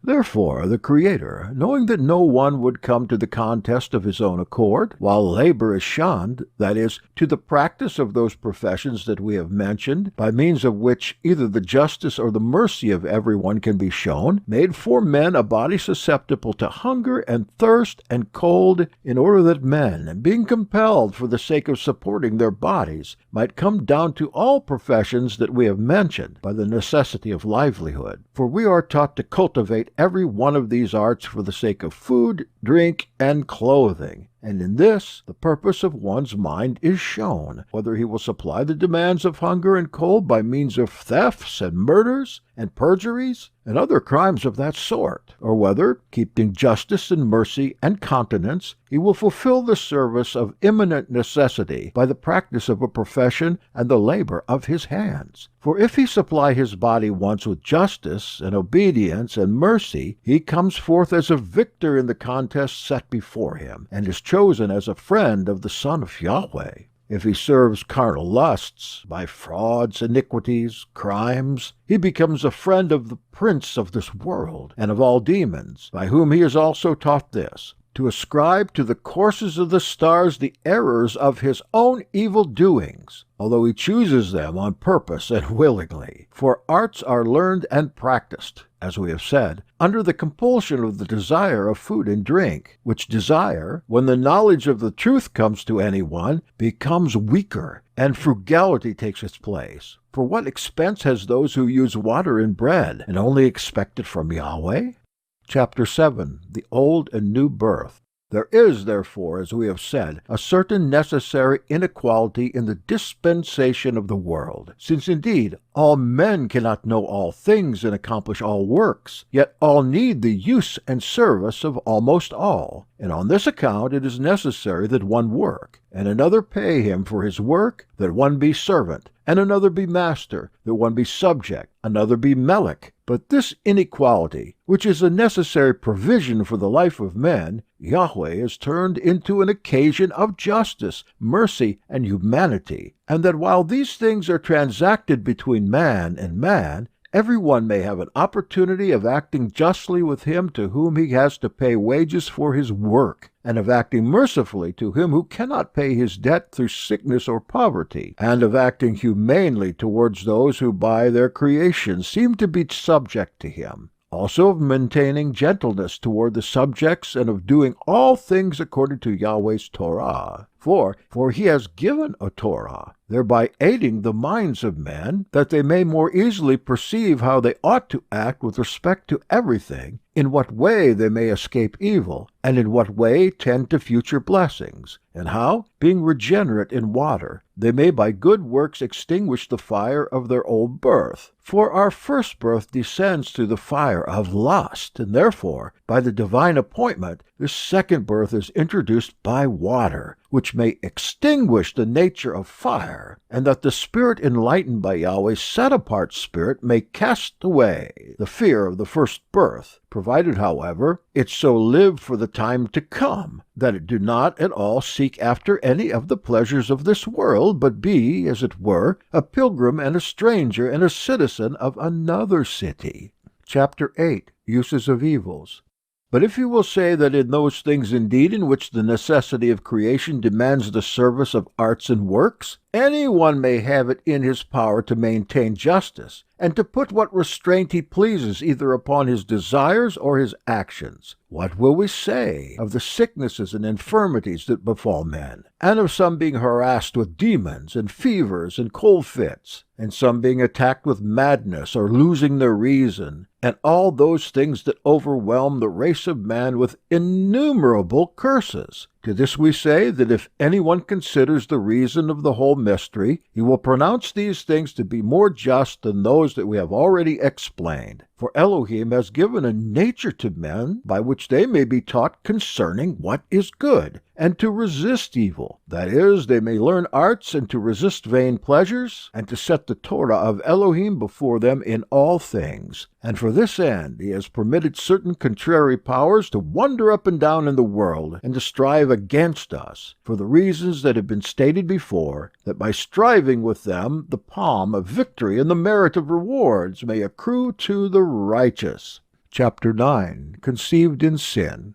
From this, therefore, sometimes the result of any person's acting incontinently and being willing not so much to resist as to yield, to give harbor to these impulses in themselves, by their noxious breath and intemperate, ill-conditioned, and diseased progeny is begotten. For while lust is supposedly gratified, but no care is taken in the copulation, undoubtedly a weak generation is affected with the defects and frailties of those demons who instigate these evil deeds. And therefore, parents are responsible for their children's defects of this sort, because they have not observed the Torah of intercourse. Though there are also more secret causes by which spirits are made subject to these evils, which is not to our present purpose to state, yet it behooves everyone to acknowledge the way of Yahweh, that he may learn from it the observance of generation, and avoid causes of impurity, that which is begotten may be pure. For it is not right that on the one hand, in the planting of shrubs and the sowing of crops, a suitable season is sought for, and the land is cleaned and all things are suitably prepared, lest the seed that is sown be injured and perish, that on the other hand, in the case of man only, who is over all these things, there should be no attention or caution in sowing his seed. Chapter 10. Flax smeared with pitch. But what, it is said, of the fact that some who in their childhood are free from any bodily defect, yet in process of time fall into those evils, so that some are even violently hurried on to death? Concerning these also the account is at hand, and is almost the same, for those powers that we have said to be contrary to the human race are in some way invited into the heart of every one by many and diverse lusts, and finds a way of entrance. And they have in them such influence and power as can only encourage and incite, but cannot compel or accomplish. If, therefore, anyone consents to them, so long as those things that he immorally desires, his consent indeed will find the reward of destruction and the worst kind of death. But if, thinking of the future judgment, he be checked by fear and reclaim himself, so that he does not accomplish in action what he has conceived in his evil thought, he will not only escape present destruction, but also future punishments. For every cause of sin seems to be like flax smeared over with pitch, which immediately breaks into flame as soon as it receives the heat of fire, and the kindling of this fire is understood to be the work of demons. If therefore anyone be found smeared with sin and lust as with pitch, the fire easily gets the mastery of him. But if the flax be not steeped in the pitch of sin, but in the water of purification and regeneration, the fire of the demons will not be able to be kindled in it. The Nazarene Acts of the Apostles, Book 9, Chapter 11. Fear. Clement speaking. But someone will say, and what will we do now, who have already been smeared with sins as with pitch? I answer, only hasten to be washed, that the fuel of the fire may be cleansed out of you by the invocation of Yahweh Yeshua, and that for the future ye may bridle your lusts by fear of the judgment to come, and by his constant power beat back the hostile powers whenever they tempt you. But you say, if anyone fall into love, how will he be able to contain himself, though he see before his eyes even that river of fire that they call Pyriphlegethon? This is the excuse of those who will not be converted to repentance. But now I would not have you talk of Pyriphlegethon. Place before you human punishments, and see what influence fear has. When anyone is brought to punishment for the crime of love, and is bound to the stake to be burned, can he at that time conceive any desire of her whom he loved, or place her image before his eyes? By no means, you will say. You see, then, that the present fear cuts off unrighteous desires. But of those who believe in Elohim, and who confess the judgment to come and the penalty of ageless fire, if they do not refrain from sin, it is certain that they do not believe with full faith. For if faith is certain, fear also becomes certain. But if there be any defect in faith, fear also is weakened, and then the contrary powers find opportunity of entering. And when they have consented to their persuasions, they necessarily become subject also to their power, and by their instigation are driven to the precipices of sin. Chapter 12. Astrologers. Therefore the astrologers, being ignorant of such mysteries, think that these things come by the courses of the heavenly bodies. Hence also, in their answers to those who go to them to consult them as to future things, they are deceived in very many instances. Nor is it to be wondered at, for they are not Naviim, but by long practice the authors of errors find a sort of refuge in those things by which they were deceived, and introduce certain climacteric periods, that they may pretend a knowledge of uncertain things. For they represent these climacterics as times of danger, in which one sometimes is destroyed, sometimes is not destroyed, not knowing that it is not the course of the stars, but the operation of demons that regulates these things. And those demons, being anxious to confirm the error of astrology, deceive men to sin by mathematical calculations, so that when they suffer the punishment of sin, either by the permission of Elohim or by legal sentence, the astrologer may seem to have spoken truth. And yet they are deceived even in this. For if men be quickly turned to repentance, and remember and fear the future judgment, the punishment of death is remitted to those who are converted to Elohim by the favor of mikvah. Chapter 13. Retribution here and hereafter.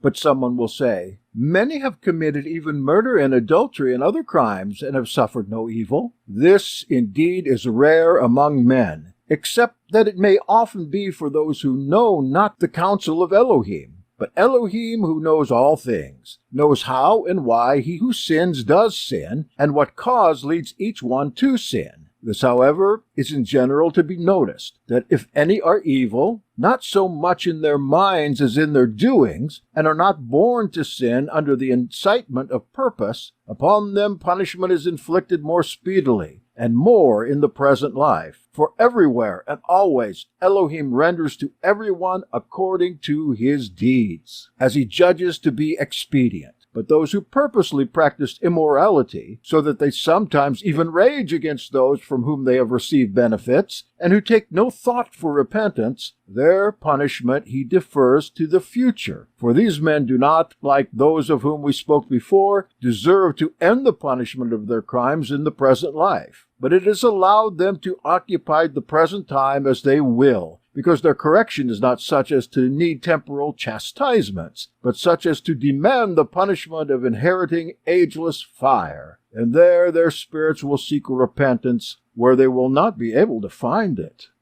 Chapter 14. Knowledge deadens lusts.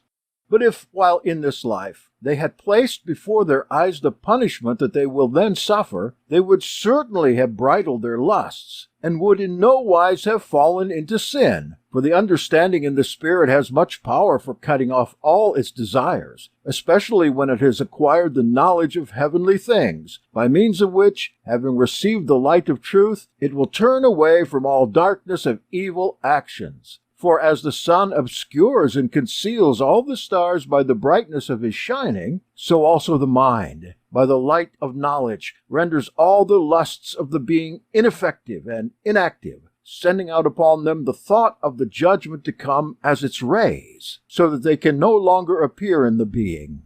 Chapter 15. Fear of men and of Elohim. But as proof that the fear of Elohim is quite effective for the repressing of lusts, take the example of human fear. Who is there among men that has never coveted his neighbor's goods? And yet they are restrained and act honestly, through fear of the punishment that is prescribed by the laws. Through fear, tribes are subject to their melachim, and armies obey with arms in their hands. Slaves, although they are stronger than their masters, yet through fear submit to their master's rule. Even wild beasts are tamed by fear. The strongest bulls submit their necks to the yoke, and huge elephants obey their masters through fear. But why do we use human examples when even divine are not wanting? Does not the earth itself remain under the fear of precept, which it testifies by its motion and quaking? The sea keeps its prescribed bounds. The Malachim maintain shalom. The stars keep their order, and the rivers their channels. It is certain also that demons are put to flight by fear. And not to lengthen the discourse by too many particulars, see how the fear of Elohim, restraining everything, keeps all things in proper harmony and in their fixed order. How much more, then, may you be sure that the lusts of demons that arise in your hearts may be extinguished and wholly abolished by the admonition of the fear of Yahweh, when even the inciters of lusts are themselves put to flight by the influence of fear. You know that these things are so. But if you have anything to answer, proceed. Chapter 16. Imperfect Conviction. Then said the old man, My son Clement has wisely framed his argument, so that he has left us nothing to say to these things. But all his discourse that he has delivered on the nature of men has this bearing, that along with the fact that freedom of will is in man, there is also some cause of evil apart from him, whereby men are indeed incited by various lusts, yet are not compelled to sin. And for this reason, he said, because fear is much more powerful than they, and it resists and checks the violence of desires, so that, although natural emotions may arise, yet sin may not be committed, those demons being put to flight to incite and inflame these emotions. But these things do not convince me, for I am conscious of certain things from which I know well that by the arrangement of the heavenly bodies men become murderers or adulterers and perpetrate other evils, and in like manner honorable and modest women are compelled to act well. Chapter 17. Astrological Lore. In short, when Mars, holding the center of his house, regards Saturn quarterly, with Mercury towards the center, the full moon coming upon him, in the daily genesis, he produces murderers, and those who are to fall by the sword, bloody, drunken, lustful, devilish men, inquirers into secrets, malefactors, scoffers, and such like, especially when there was no one of the good stars looking on. But again, Mars himself, having a quarterly position with respect to Venus in a direction toward the center, while no good star looks on, produces adulterers and incestuous persons. Venus with the moon, in the orders and houses of Saturn, if she was with Saturn and Mars looking on, produces women that are loud and overbearing, ready for agriculture, building, and every manly work, to commit adultery with whom they please, and not to be convicted by their husbands, to use no delicacy, no ointments, nor feminine robes and shoes, but to live after the fashion of men. But the unencouraging Venus makes men to be as women, and not to act in any respect as men, if she is with Mars in Aries. On the contrary, she produces women if she is in Capricorn or Aquarius. Chapter 18. The Reply. And when the old man had pursued this subject at great length, and had enumerated every kind of mathematical figure, and also the position of the heavenly bodies, wishing thereby to show that fear is not sufficient to restrain lusts, I answered again, Truly, my father, you have argued most learnedly and skillfully, and reason herself invites me to say something in answer to your discourse, since indeed I am acquainted with the science of mathematics, and gladly hold a conference with so learned a man. Listen, therefore, while I reply to what you have said, that you may learn distinctly that Genesis is not at all from the stars, and that it is possible for those who have recourse to Yahweh to resist the assault of demons. And as I said before, that not only by the fear of Elohim can natural lusts be restrained, but even by the fear of men, as we will now instruct you. Chapter 19. Refutation of Astrology. There are in every country or kingdom laws imposed by men, enduring either by writing or simply through custom, which no one easily transgresses. In short, the first series, who dwell at the beginning of the world, have a law not to know murder, nor adultery, nor whoredom, and not to commit theft, and not to worship idols. And in all that country, which is very large, there is neither Hekel, nor image, nor harlot, nor adulteress, nor is any thief brought to trial. But neither is any man ever slain there, and no man's liberty of will is compelled, according to your doctrine, by the fiery star of Mars, to use the sword for the murder of man. Nor does Venus, in conjunction with Mars, compel adultery, although of course with them Mars occupies the middle circle of heaven every day. But amongst the series, the fear of laws is more important than the configuration of Genesis. Chapter 20. Brahmins. There are likewise among the Bactrians in the Indian countries immense multitudes of Brahmins, who also themselves, from the tradition of their ancestors and peaceful customs and laws, neither commit murder nor adultery, nor worship idols, nor have the practice of eating animal food, are never drunk, never do anything maliciously, but always fear Elohim. And these things indeed they do, though the rest of the Indians commit both murders and adulteries, and worship idols, and are drunken, and practice other immoralities of this sort. Indeed, in the western parts of India itself there is a certain country where strangers, when they enter it, are taken and slaughtered and eaten, and neither have good stars prevented these men from such immoralities, and from accursed food, nor have evil stars compelled the Brahmins to do any evil. Again, there is a custom among the Persians to marry mothers, and sisters, and daughters. All that district the Persians contract incestuous marriages. The Nazarene Acts of the Apostles, Book 9, Chapter 21, Districts of Heaven. Clement speaking.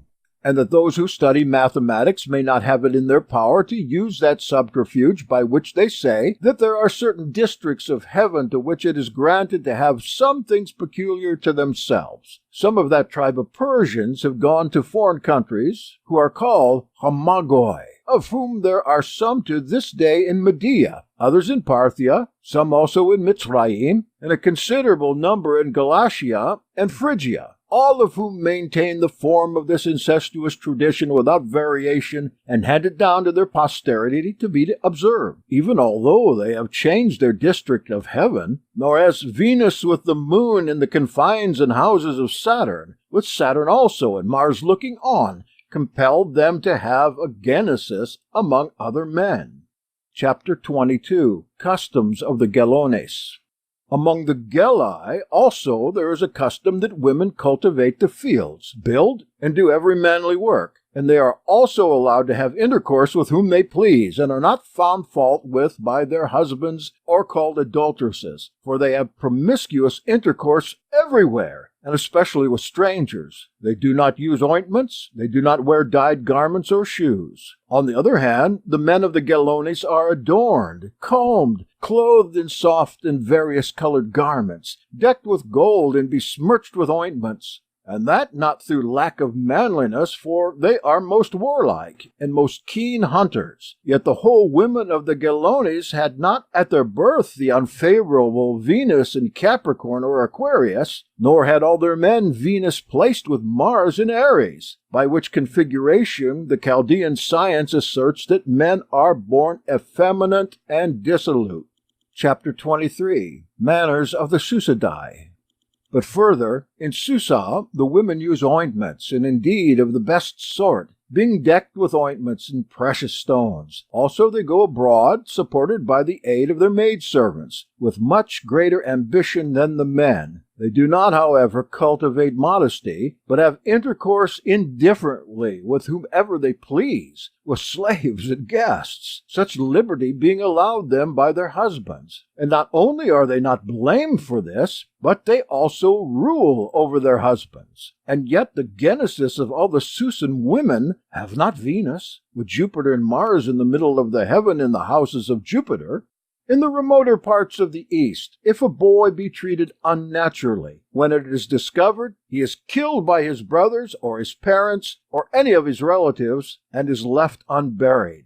And again, among the Gauls, an old law allows boys to be thus treated publicly, and no disgrace is thought to attach to it. And is it possible that all those who are so basely treated among the Gauls have had Lucifer with Mercury in the house of Saturn and the confines of Mars? Chapter 24. Different customs of different countries. In the regions of Britain, several men have one wife. In Parthia, many women have one husband. And each part of the world adheres to its own manners and institutions. None of the Amazons have husbands, but like animals, they go out from their own territories once a year about the vernal equinox and live with the men of the neighboring tribe, observing a sort of solemnity the while, and when they have conceived by them, they return, and if they bring forth a male child, they cast him away, and rear only females. Now, since the birth of all is at one season, it is absurd to suppose that in the case of males, Mars is at the time in equal portions with Saturn, but never in the genesis of females, and that they have not Mercury placed with Venus in his own houses, so as to produce either painters or sculptors or money changers, or in the houses of Venus, so that perfumers or singers or poets might be produced. Among the Saracens and Upper Libyans, and the Moors, and the dwellers about the mouths of the ocean, and also in the remote districts of Germania, and among the Sarmatians, and the Scythians, and all the tribes who dwell in the regions of the Pontic shore, and in the islands of Chrysia, there is never found a money changer, nor a sculptor, nor a painter, nor an architect, nor a geometrician, nor a tragedian, nor a poet. Can it be, therefore, that the influence of Mercury and Venus must be wanting among them? Chapter 25. Not Genesis, but Free Will. The Medes alone in all the world throw men still breathing to be devoured by dogs. Yet they have not Mars with the moon placed in Cancer all through their daily genesis. The Indians burn their dead, and the wives of the dead voluntarily offer themselves and are burned with them. But all the Indian women who are burned alive have not the sun under the earth in nightly genesis, with Mars in the regions of Mars. Very many of the Galermans end their lives by the halter, but all have not therefore the moon with horror begirt by Saturn and Mars. From all this it appears that the fear of the laws bears sway in every country, and the freedom of will that is implanted in men by the Spirit complies with the laws, and Genesis can neither compel the Ceres to commit murder, nor the Brahmins to eat flesh, nor the Persians to shun incest, nor the Indians to refrain from sati, nor the Medes from being devoured by dogs, nor the Parthians from having many wives, nor the women of Mesopotamia from preserving their chastity, nor the Greeks from athletic exercises, nor the Gallic boys from being abused. Nor can it compel the barbarous tribes to be instructed in the studies of the Greeks. But, as we have said, each tribe observes its own laws according to free will, and annuls the decrees of Genesis by the strictness of laws. Chapter 26. Climates. But someone skilled in the science of mathematics will say that Genesis is divided into 7 parts, which they call climates, and that over each climate one of the 7 heavenly bodies bears rule, and that those diverse laws to which we have referred are not given by men, but by those dominant stars according to their will, and that that which pleases the star is observed by men as a law. To this we will answer, in the first place, that the world is not divided into 7 parts, and in the second place, that if it were so, we find many different laws in one part in one country, and therefore there are neither 7 according to the number of the heavenly bodies, nor 12 according to the number of the signs, nor 36 according to that of the divisions of 10 degrees, but they are innumerable. Chapter 27. Doctrine of climates untenable. Moreover, we ought to remember the things that have been mentioned, that in one country of India there are both persons who feed on human flesh and persons who abstain even from the flesh of sheep and birds and all living creatures, and that the Magusii marry their mothers and daughters not only in Persia, but that in every tribe where they dwell they keep up their incestuous customs. Then besides we have mentioned also innumerable tribes, which are wholly ignorant of the studies of literature, and also some wise men have changed the laws themselves in several places, and some laws have been voluntarily abandoned on account of the impossibility of observing them, or on account of their baseness. Assuredly, we can easily ascertain how many rulers have changed the laws and customs of tribes that they have conquered, and subjected them to their own laws. This is manifestly done by the Romans, who have brought under the Roman law and the civil decrees almost the whole world, and of all tribes who formerly lived under various laws and customs of their own. It follows, therefore, that the stars of the tribes that have been conquered by the Romans have lost their climates and their portions. Chapter 28. Yahudai Customs. I will add another thing that may satisfy even the most incredulous. All the Yehudaim who live under the Torah of Moshe circumcise their sons on the 8th day without fail, and shed the blood of the tender infant. But no one of the Goyim has ever submitted to this on the 8th day, and on the other hand, no one of the Yehudaim has ever omitted it. How then will the account of Genesis stand with this, since Yehudaim live in all parts of the world, mix with Goyim, and on the 8th day suffer the cutting of a member? And no one of the Goyim, but only they themselves, as I have said, do this, induced to it not by the compulsion of any star, nor by the perfusion of blood, but by the Torah that they observe. And in whatever part of the world they are, this sign is familiar to them. But also the fact that one name is among them all, wherever they are. Does this also come through Genesis? And also that no child born among them is ever exposed, and that on every 7th day they all rest, wherever they may be, and do not go upon a journey, and do not use fire. Why is it then that no one of the Yehudaim is compelled by Genesis to go on a journey, or to build, or to sell, or buy anything on that day? Why is it?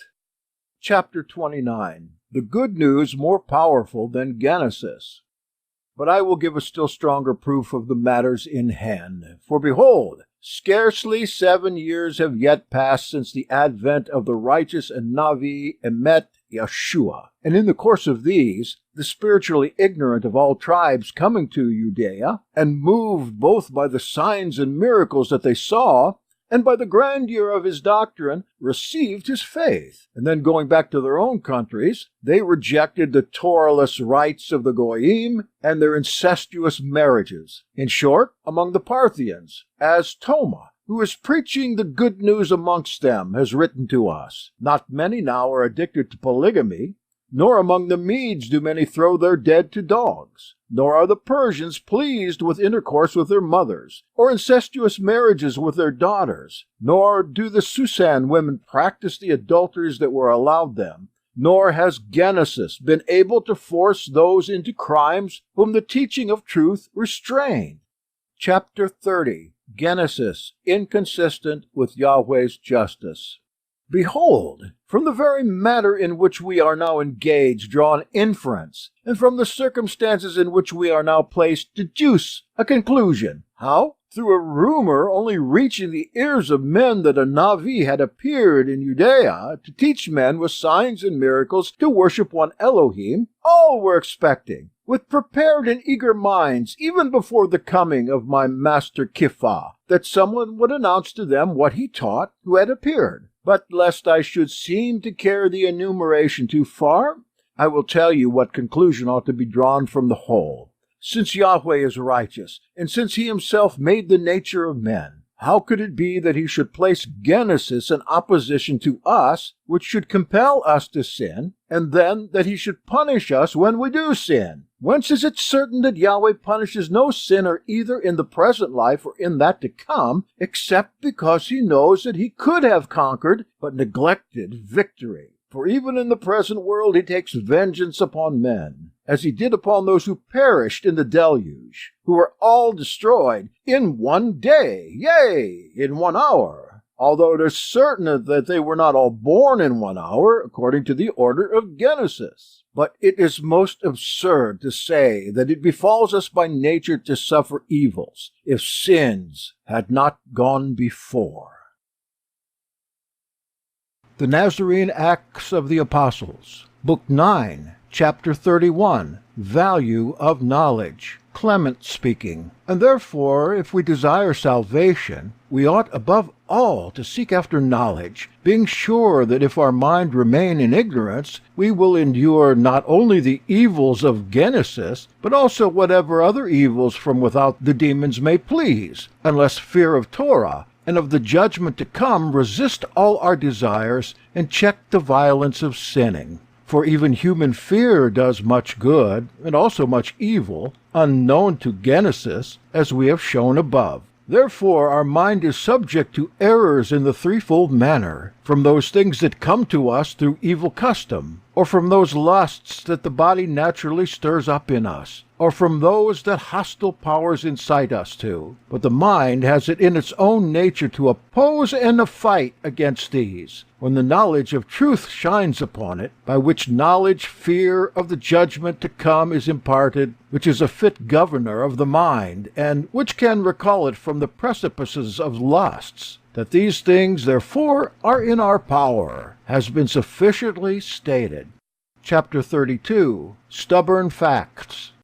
Now, old man, if you have anything to say in answer to these things, say on. Then said the old man, You have most fully argued, my son, but I, as I said at first, am prevented by my own consciousness from according assent to all this incomparable statement of yours. For I know both my own Genesis and that of my wife, and I know that those things have been done that our Genesis prescribed to each of us. And I cannot now be withdrawn by words from those things that I have ascertained by facts and deeds. In short, since I perceive that you are excellently skilled in this sort of learning, hear the horoscope of my wife, and you will find the configuration whose issue has occurred.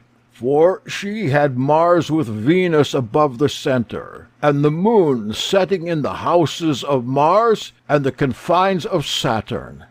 Now, this configuration leads women to be adulteresses, and to love their own slaves, and to end their days in foreign travel and in waters. And this has so come to pass, for she fell in love with her slave, and fearing at once danger and reproach, she fled with him, and going abroad, where she satisfied her love, she perished in the sea. Chapter 33. An approaching recognition.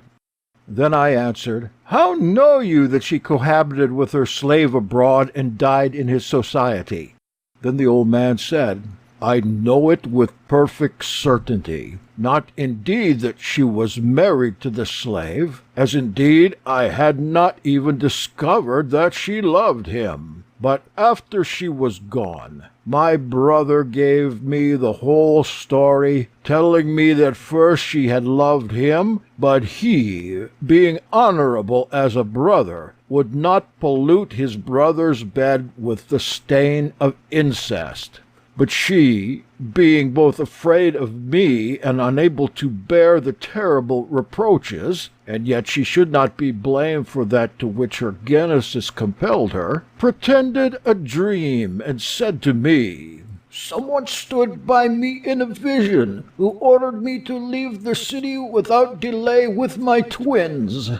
When I heard this, being anxious for her safety and that of my sons, I immediately sent her and the children away, retaining with myself one who was younger. For this she said that he had permitted who had given her warning in her sleep.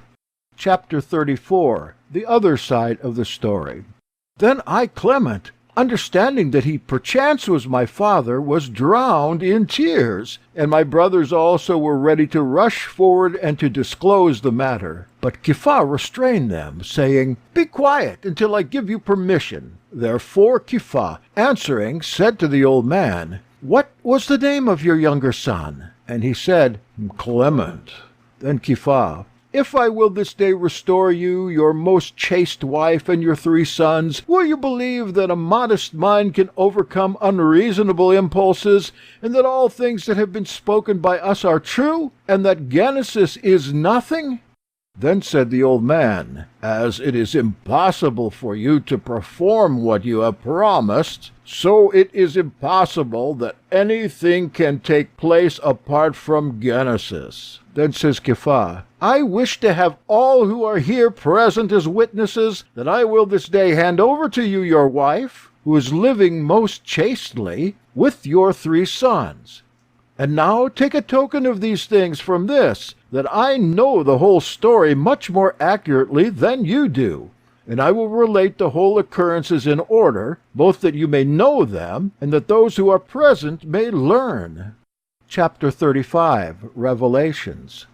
And when he had said this, he turned to the crowds, and thus began, This person whom you see, O men, in this poor garb, is a citizen of the city of Rome, descended of the stock of Caesar himself. His name is Faustinianus. He obtained as his wife a woman of the highest rank, Matilda by name. By her he had 3 sons, 2 of whom were twins. And the one who was the younger, whose name was Clement, is this man. When he said this, he pointed to me with a finger. And his twin sons are among these, Niceta and Aquila, and the one who was formerly called Faustinus, and the other Faustus. But as soon as Kepha pronounced our names, all the old man's limbs were weakened, and he fell down in a swoon.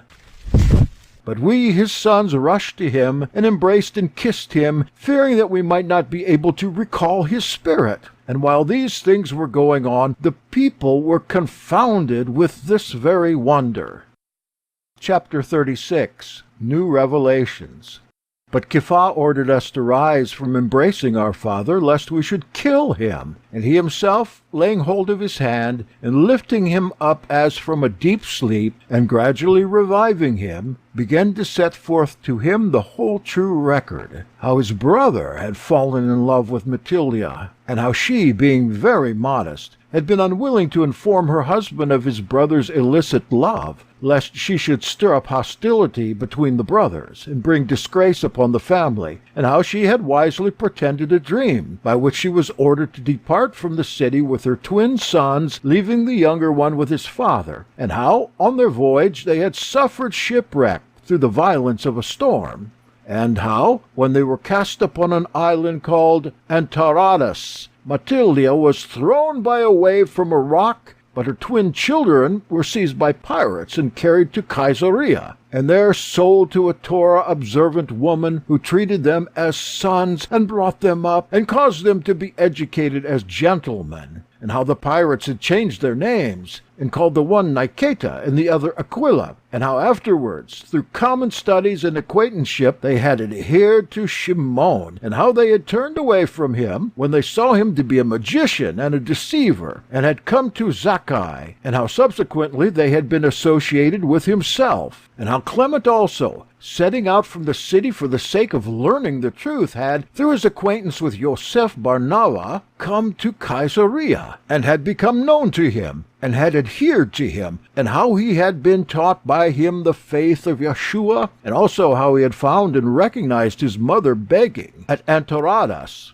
and how the whole island rejoiced at his recognition of her, and also concerning her sojourn with her most chaste hostess, and the healing that he had wrought upon her, and concerning the liberality of Clement to those who had been kind to his mother, and how afterwards, when Niketa and Aquila asked who the strange woman was, and had heard the whole story from Clement, they cried out that they were her twin sons Faustinus and Faustus, and how they had unfolded the whole history of what had befallen them, and how afterwards, by the persuasion of Kepha himself, they were presented to their mother with caution, lest she should die by the sudden joy. Chapter 37. Another recognition. And while Kepha was detailing these things in the hearing of the old man, in a narrative that was most pleasing to the crowd, so that the hearers wept through their wonder at the events, and through compassion for sufferings incident to humanity, my mother, hearing, I do not know how, of the recognition of my father, rushed into the middle of us in breathless haste, crying out and saying, Where is my husband, my master Faustinianus, who has been so long afflicted, wandering from city to city in search of me? While she shouted thus like one demented and gazed around, the old man, running up, began to embrace her and hug her with many tears. And while these things were going on, Kepha requested the crowds to disperse, saying that it was unseemly to remain longer, but that opportunity must be afforded them of seeing one another more privately. But tomorrow, said he, if any of you wish it, let them assemble to hear the word. Chapter 38. Malachim unawares. When Kepha had said this, the crowds dispersed, and when we also were intending to go to our lodging, the master of the house said to us, It is base and immoral that such and so great men should stay in hostelry, when I have almost my whole house empty, and very many beds spread, and all necessary things provided. But when Kepha refused, the wife of the householder prostrated herself before him with her children, and besought him, saying, I entreat you, stay with us. But not even so did Kepha consent, until the daughter of those people who asked him, who had been for a long time vexed with an unclean spirit, and bound with chains, who had been shut up in a closet, having had the demon expelled from her, and the door of the closet open, came with her chains and fell down at Kepha's feet, saying, It is right my master, that you keep my deliverance feast here today, and not sadden me or my parents." But when Kepha asked what was the meaning of her chains and of her words, her parents, gladdened beyond hope by the recovery of their daughter, were, as it were, thunderstruck with astonishment, and could not speak. But the servants who were in attendance said, "This girl has been possessed of a demon from her 7th year, and used to cut and bite, and even to tear in pieces all who attempted to approach her. And this she has never ceased to do for 20 years till the present time. Nor could anyone heal her, or even approach her, for she rendered many helpless, and even destroyed some, for she was stronger than any man, being doubtless strengthened by the power of the demon. And now, as you see, the demon has fled from your presence, and the doors that were shut with the greatest strength have been opened, and she herself stands before you in her sound mind, asking of you to make the day of her recovery joyful both to herself and her parents, and to remain with them." When one of the servants had made this statement, and the chains of their own accord were loosened from her hands and feet, Kepha, being sure that it was by his means that soundness was restored to the girl, consented to remain with them. And he ordered those also who had remained in the lodging with his wife to come over. And every one of us having got a separate bedchamber, we remained. And having taken food in the usual manner, and given praises to Yahweh, we went to sleep in our individual apartments. This is the end of the Nazarene Acts of the Apostles, Book 9. The Nazarene Acts of the Apostles, also known as the Clementine Recognitions. Books 6 through 9. Edited by Jackson Snyder, Ted Dornan, and Chris Plurd. Narrated by Jackson Snyder and Bogdan Schruumkoff.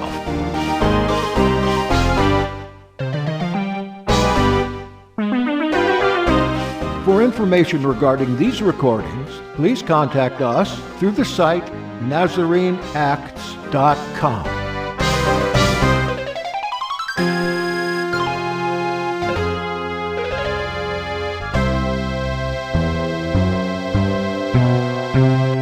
Thank you for listening.